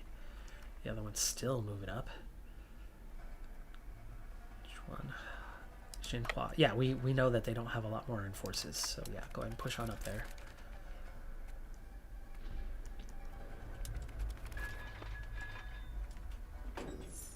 Quick stack wipe. 4,000 lost is all. Oh, 388. How did that 300 get away? But there goes the war score back in our favor. We have not lost this territory, so it's okay. And they're about to reclaim that, so I think we make our move towards Donggu now. Oh, we found a force. There's the 14,000 that slipped through and they turned south. I take it that I have the attacker penalty. I do. And a river, mountain and river. That's rough. This one could go poorly. But both are they're lower on morale than we are, so we should ultimately take it. 26,000 is probably too far away to get there to help. Could be over. Their center fell. That's the other 338. We got them. 9,000 left. Thought I told you to go to Donggu. Oh, the other one's going towards Donggu, so go to Wuwei. We got that recovered. Haifei. Where's your commander? You definitely had a commander.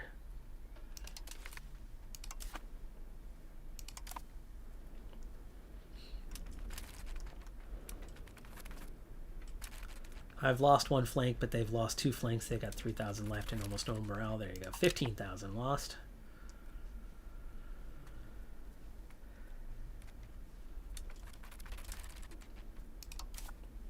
We got to land Hua back.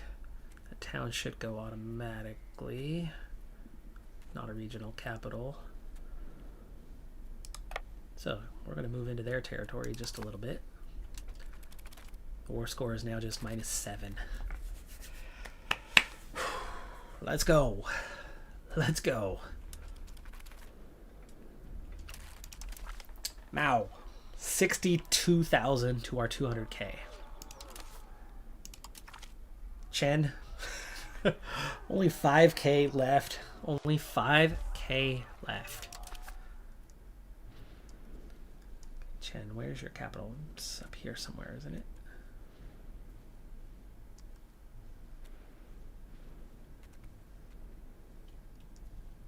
Why am I not seeing that capital? There it is. Dehua.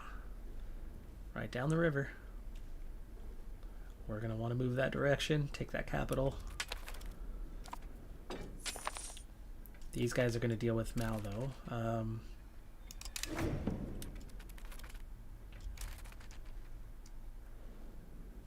If they only have 5k, the 35 can go deal with that. The 90 or so are going to carefully make their way, reclaiming this territory and preparing for an invasion of Mao. These guys, well, we'll get this land here. We are going to have to probably take some land. Not sure how I still have a -34 on occupations. Oh, they still have this down here, I guess. And all of that up there. Yeah, that adds up. That adds up. I think I'll have one of them do some sieging and then try to send the other up in support, but really the 100k should be able to handle Mao as long as I don't mess it up.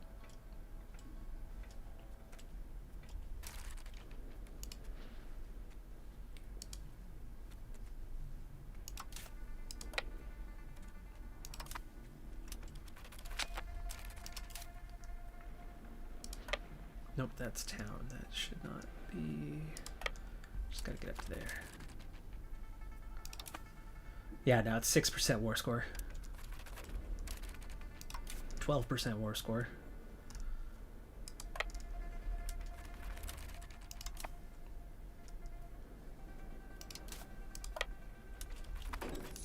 Okay, well, as quickly as the war score is flipping on Chen, I think these two are just gonna go help. Go help give us some war score so we can be done with Chen first, which was the plan all along, right? And the other two will carefully.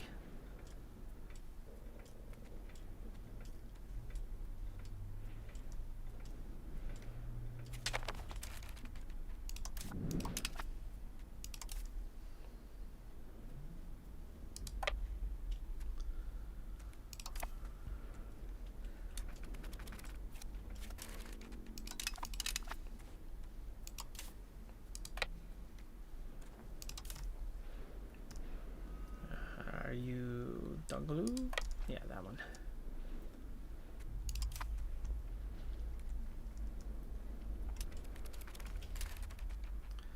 Well, there goes the 3,000 for Chen.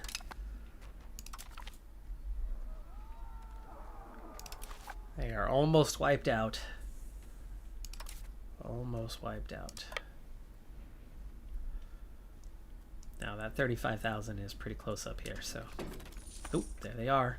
Right between me. Oh.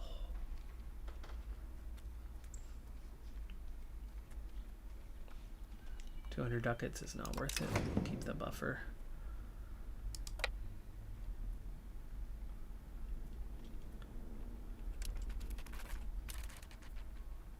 I'm waiting for the help. We're going to have no river crossing.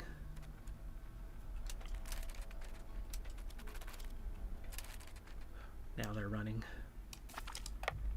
Oh, we're not going to catch them in time? Oh, come on. Okay, in which case...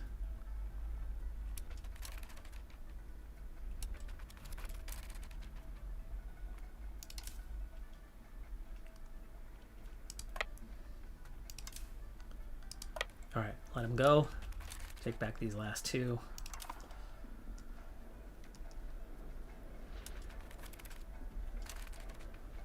Okay, that siege is ongoing.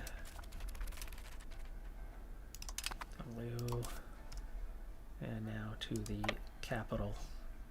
Whoa, we're gonna dance around. You know what? I remember that being a problem in EU4. I remember that exact problem in EU4. This location overlaps with this lake, and you're going from here to here to here. So you should be going along this outside of the lake, but the center... That was a copy and paste from EU4 on that one.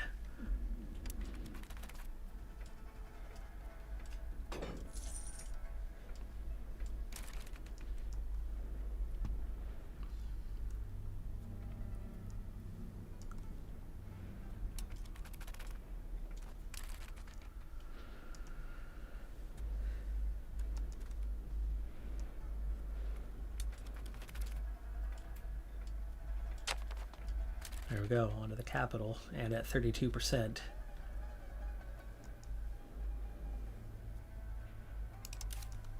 Oh, these guys are starting to split off. I want to try to catch out the 12K from either direction.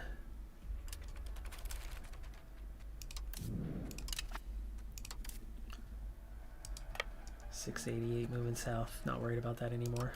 Plus 33%, and we're going to have the capital soon, and we're going to have a plus 10 bonus for 2 sieges, and we're going to pick up more points from claiming those states, and these states for that matter. So we're going to have a pretty good swath of land here shortly.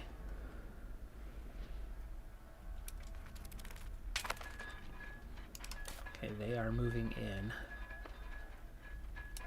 They're going to march right in to us, which means we get to play defense. Meanwhile, that group's already almost wiped out. Now I've lost 20,000. Let's go.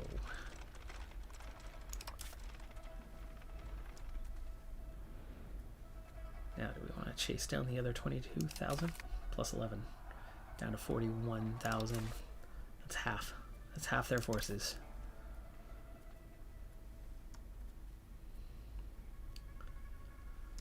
Okay, let's figure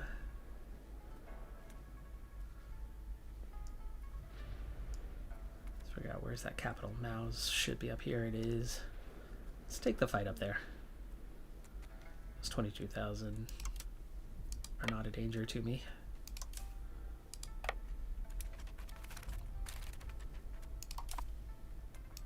There you go, Dahua. That's capital. Give me a minute on these other guys. Get that war score up a little higher.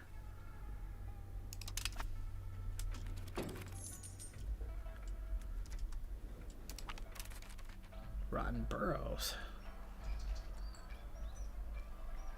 Yeah, we got 10% to spare. That's okay. Keep moving down. We're going to go get on that castle, get 5% more, because 37's good, but not that great.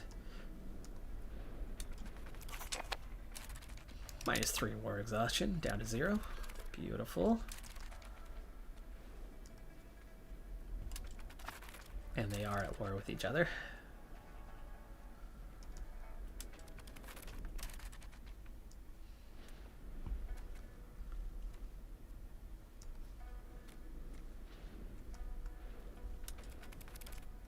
Now it's 44. Now it's 47. I will get to here. There we go. That probably should do it. 48. Let's find out if that's enough. Can't take everything because Mao is at war and Mao is controlling some territory, so already there's some limitations. But let's see what like taking everything else looks like.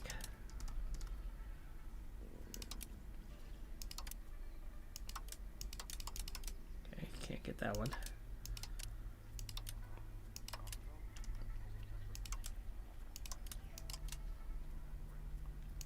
I think the worst thing modifier-wise that I'm going to face is splitting the nation up. And we might have to get a little creative. There's a lot of territory.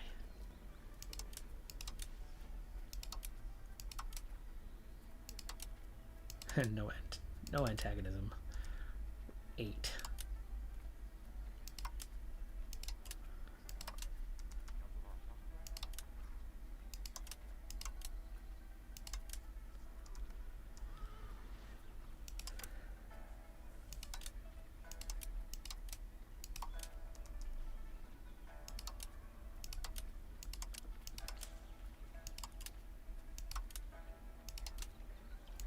There is like a take all.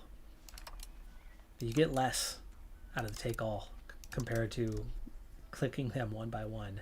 So as annoying as it is to micromanage and have to go through and click them one by one, it ultimately gives you a better war score output doing it that way. We're on a minus 103 right now, however, as we connect up what we're taking.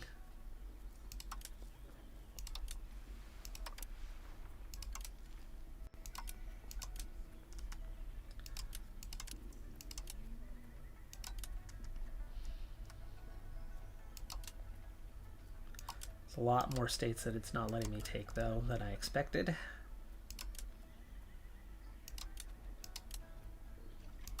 And right now my war score is only a 19, right? But the minus 347 drops to a minus 317. 287. Take these outer reaches, minus 258.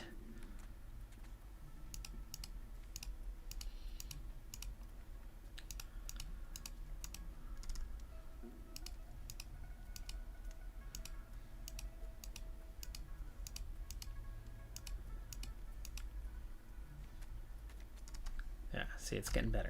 It's getting better. Minus 168. Okay, let's keep going this way.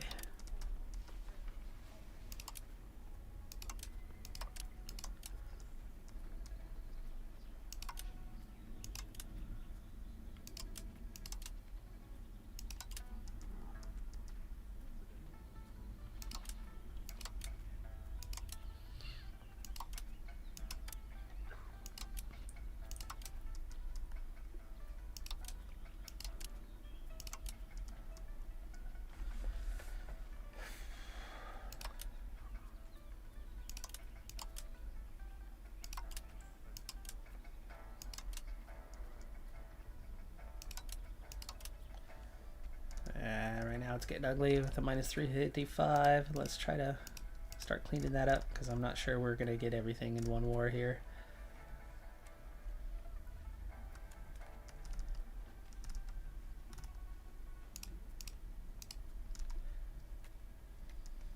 But definitely close up these pockets.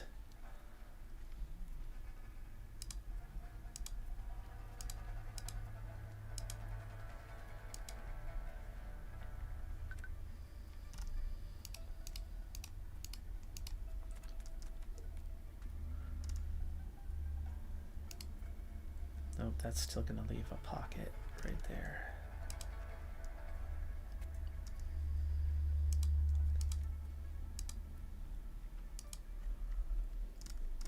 Now I'm tempted to clear and start over.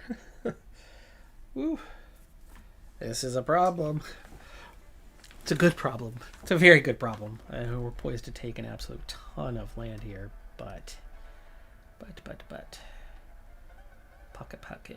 Pocket, no good. So, eliminate pockets.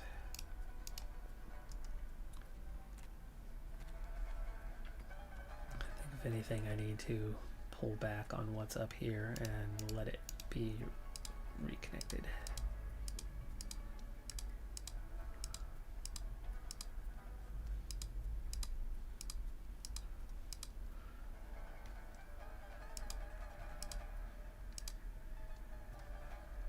Okay, that's all connected. And now that's all connected. And just like that, it's a minus 115. And if we do the same here,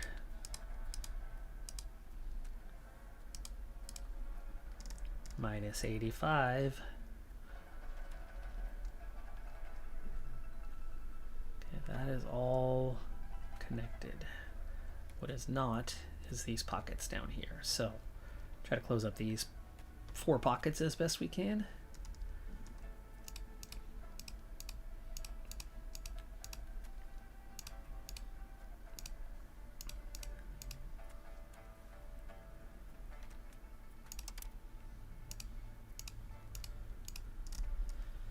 Minus 56.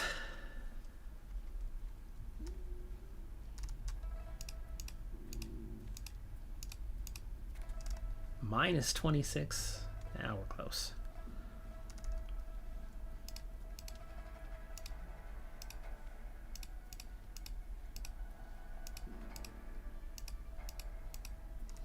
Plus 3.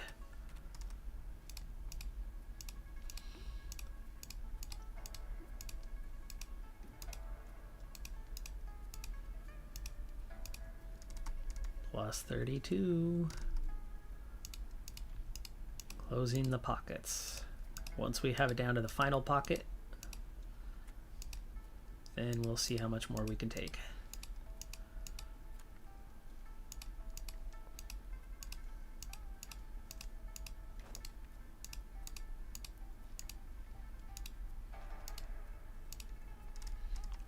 Plus 60. Okay, it's looking a little better than I thought.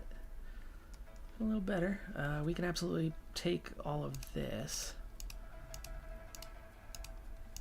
Or can we? Hold on. Maybe we need to leave that.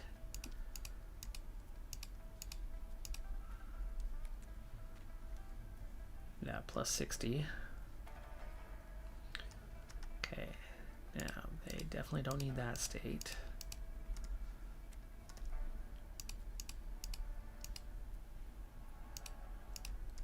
Or that one. Plus 59. Okay, we can close up this.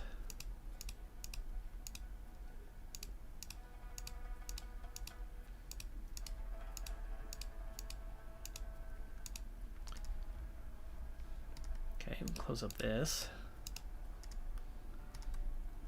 And we can close up that.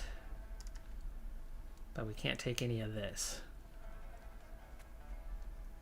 So for now, as long as that's one pocket, we're okay. That drops to a plus 27 just because of that one location.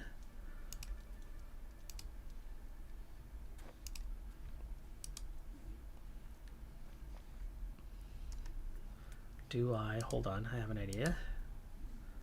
Don't mess with this. Leave this as one. Try to take all of this, and I think we're still gonna be okay.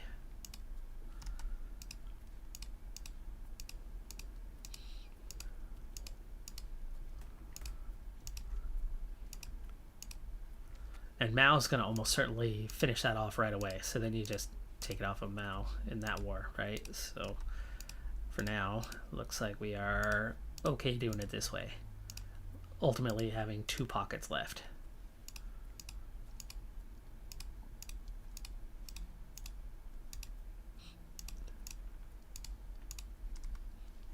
Because as long as you're not creating border gore for them, they are pretty much okay with you taking everything.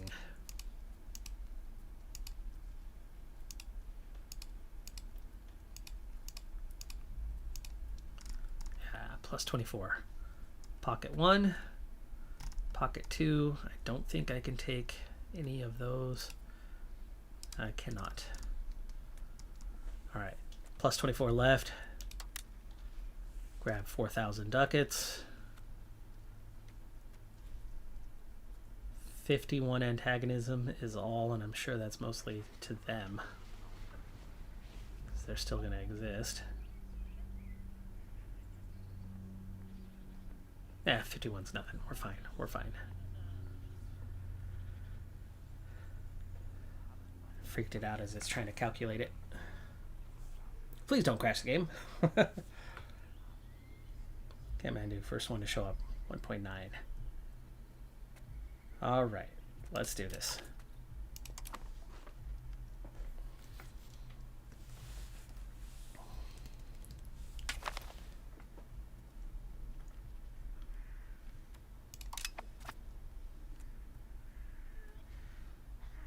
Okay, there's a typhus outbreak in some of the new lands we just took, but look at that, Ming groweth.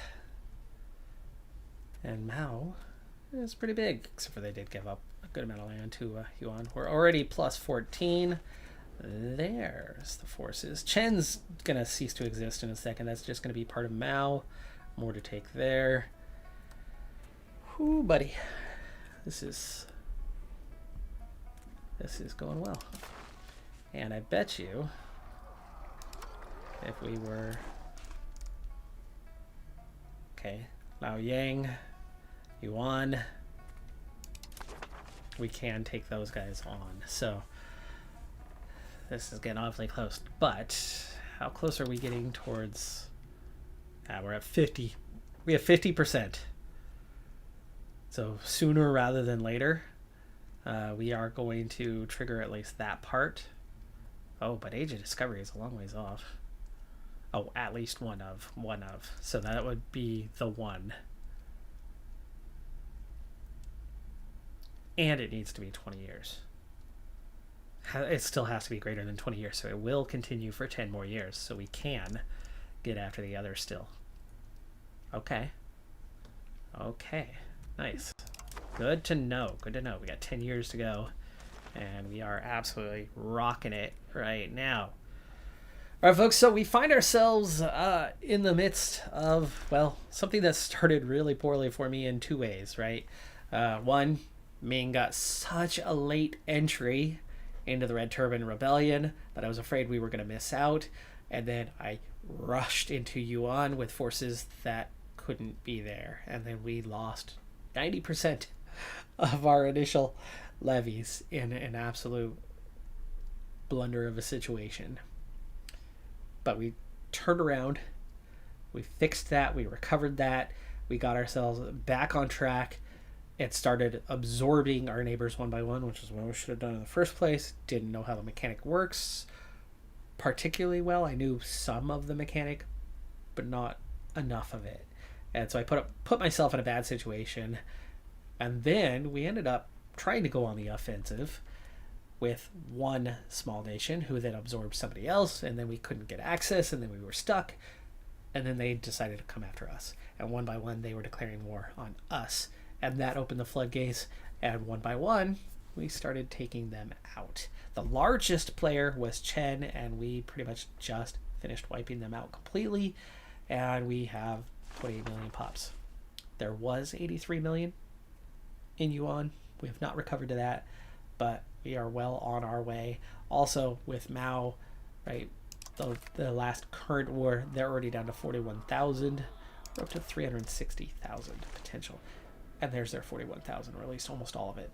So, as I'm going to be pulling these forces together to move northward, in fact, I'll just go ahead and try to take all three of them toward, like, Luan. We're going to have an easy time finishing off Mao. And then it seems like we can go on to Yuan from there at our leisure, Luoyang, and we're not going to wait, right? It's going to be continuous, one after the other, and try to take virtually all of. And then we will find ourselves in a situation where we lack enemies. We've got everybody we can have under our control. And then there's the other means to end the Red Turban rebellions, right? Because we will have this one, which is at least one of. So we don't necessarily have to do this one at all, actually, because it's at least one of, and we'll have completed the one, which will complete that. But you also have to wait 20 years. So it could and should. But we could find ourselves with others trying to rebel against us. But the big difference, Yuan had no levies. They were blocked completely. We have flipped that script with Ming. We have 300,000. So even, the Korea who gave us problems would not be giving us problems now. Yuan seems to be the owner of a lot of the vassals, though it does look like Mao has some of them by color, or they're just free. Maybe they're just free.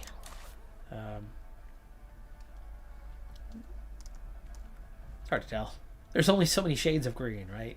So some of it seems to have bled into yellow, but we don't know.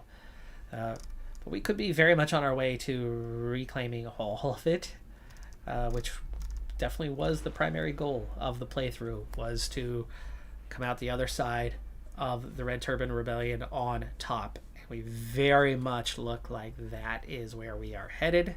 Seem to be well on our way to succeeding on that front. Mao's the biggest obstacle we have left. Yuan, notably, does have all those vassals again, so Yuan themselves will not necessarily be easy.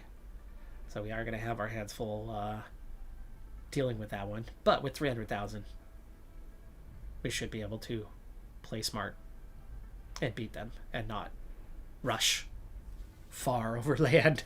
So yeah, we've nearly come out the other side of the Red Turban Rebellion already. We're just into 1361, so it's still very, very early in the playthrough, and we seem to be rushing towards the top of the rankings once again with a soon-to-be reunited China. So I'm really excited about what we can do after the Red Turban Rebellion. I mean, I got 28 million pops. That last campaign with Scotland, when did we have 28 million pops? When did we finally get there? Oh, it was pretty late in the game. It was pretty late in the game before we got to 28 million. Like, really late in the game. We got 28 million now, and we're about to pick up a lot more. I mean, how big is Mao? Mao has 11.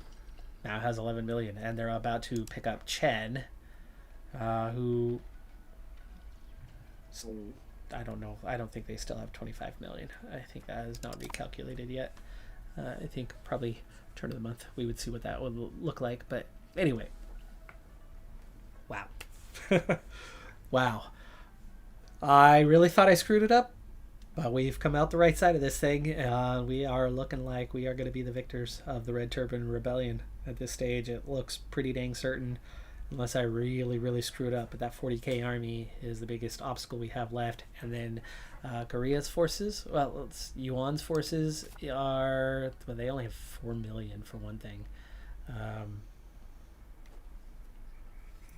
They still have no force. Korea was the different matter. They had like 100k.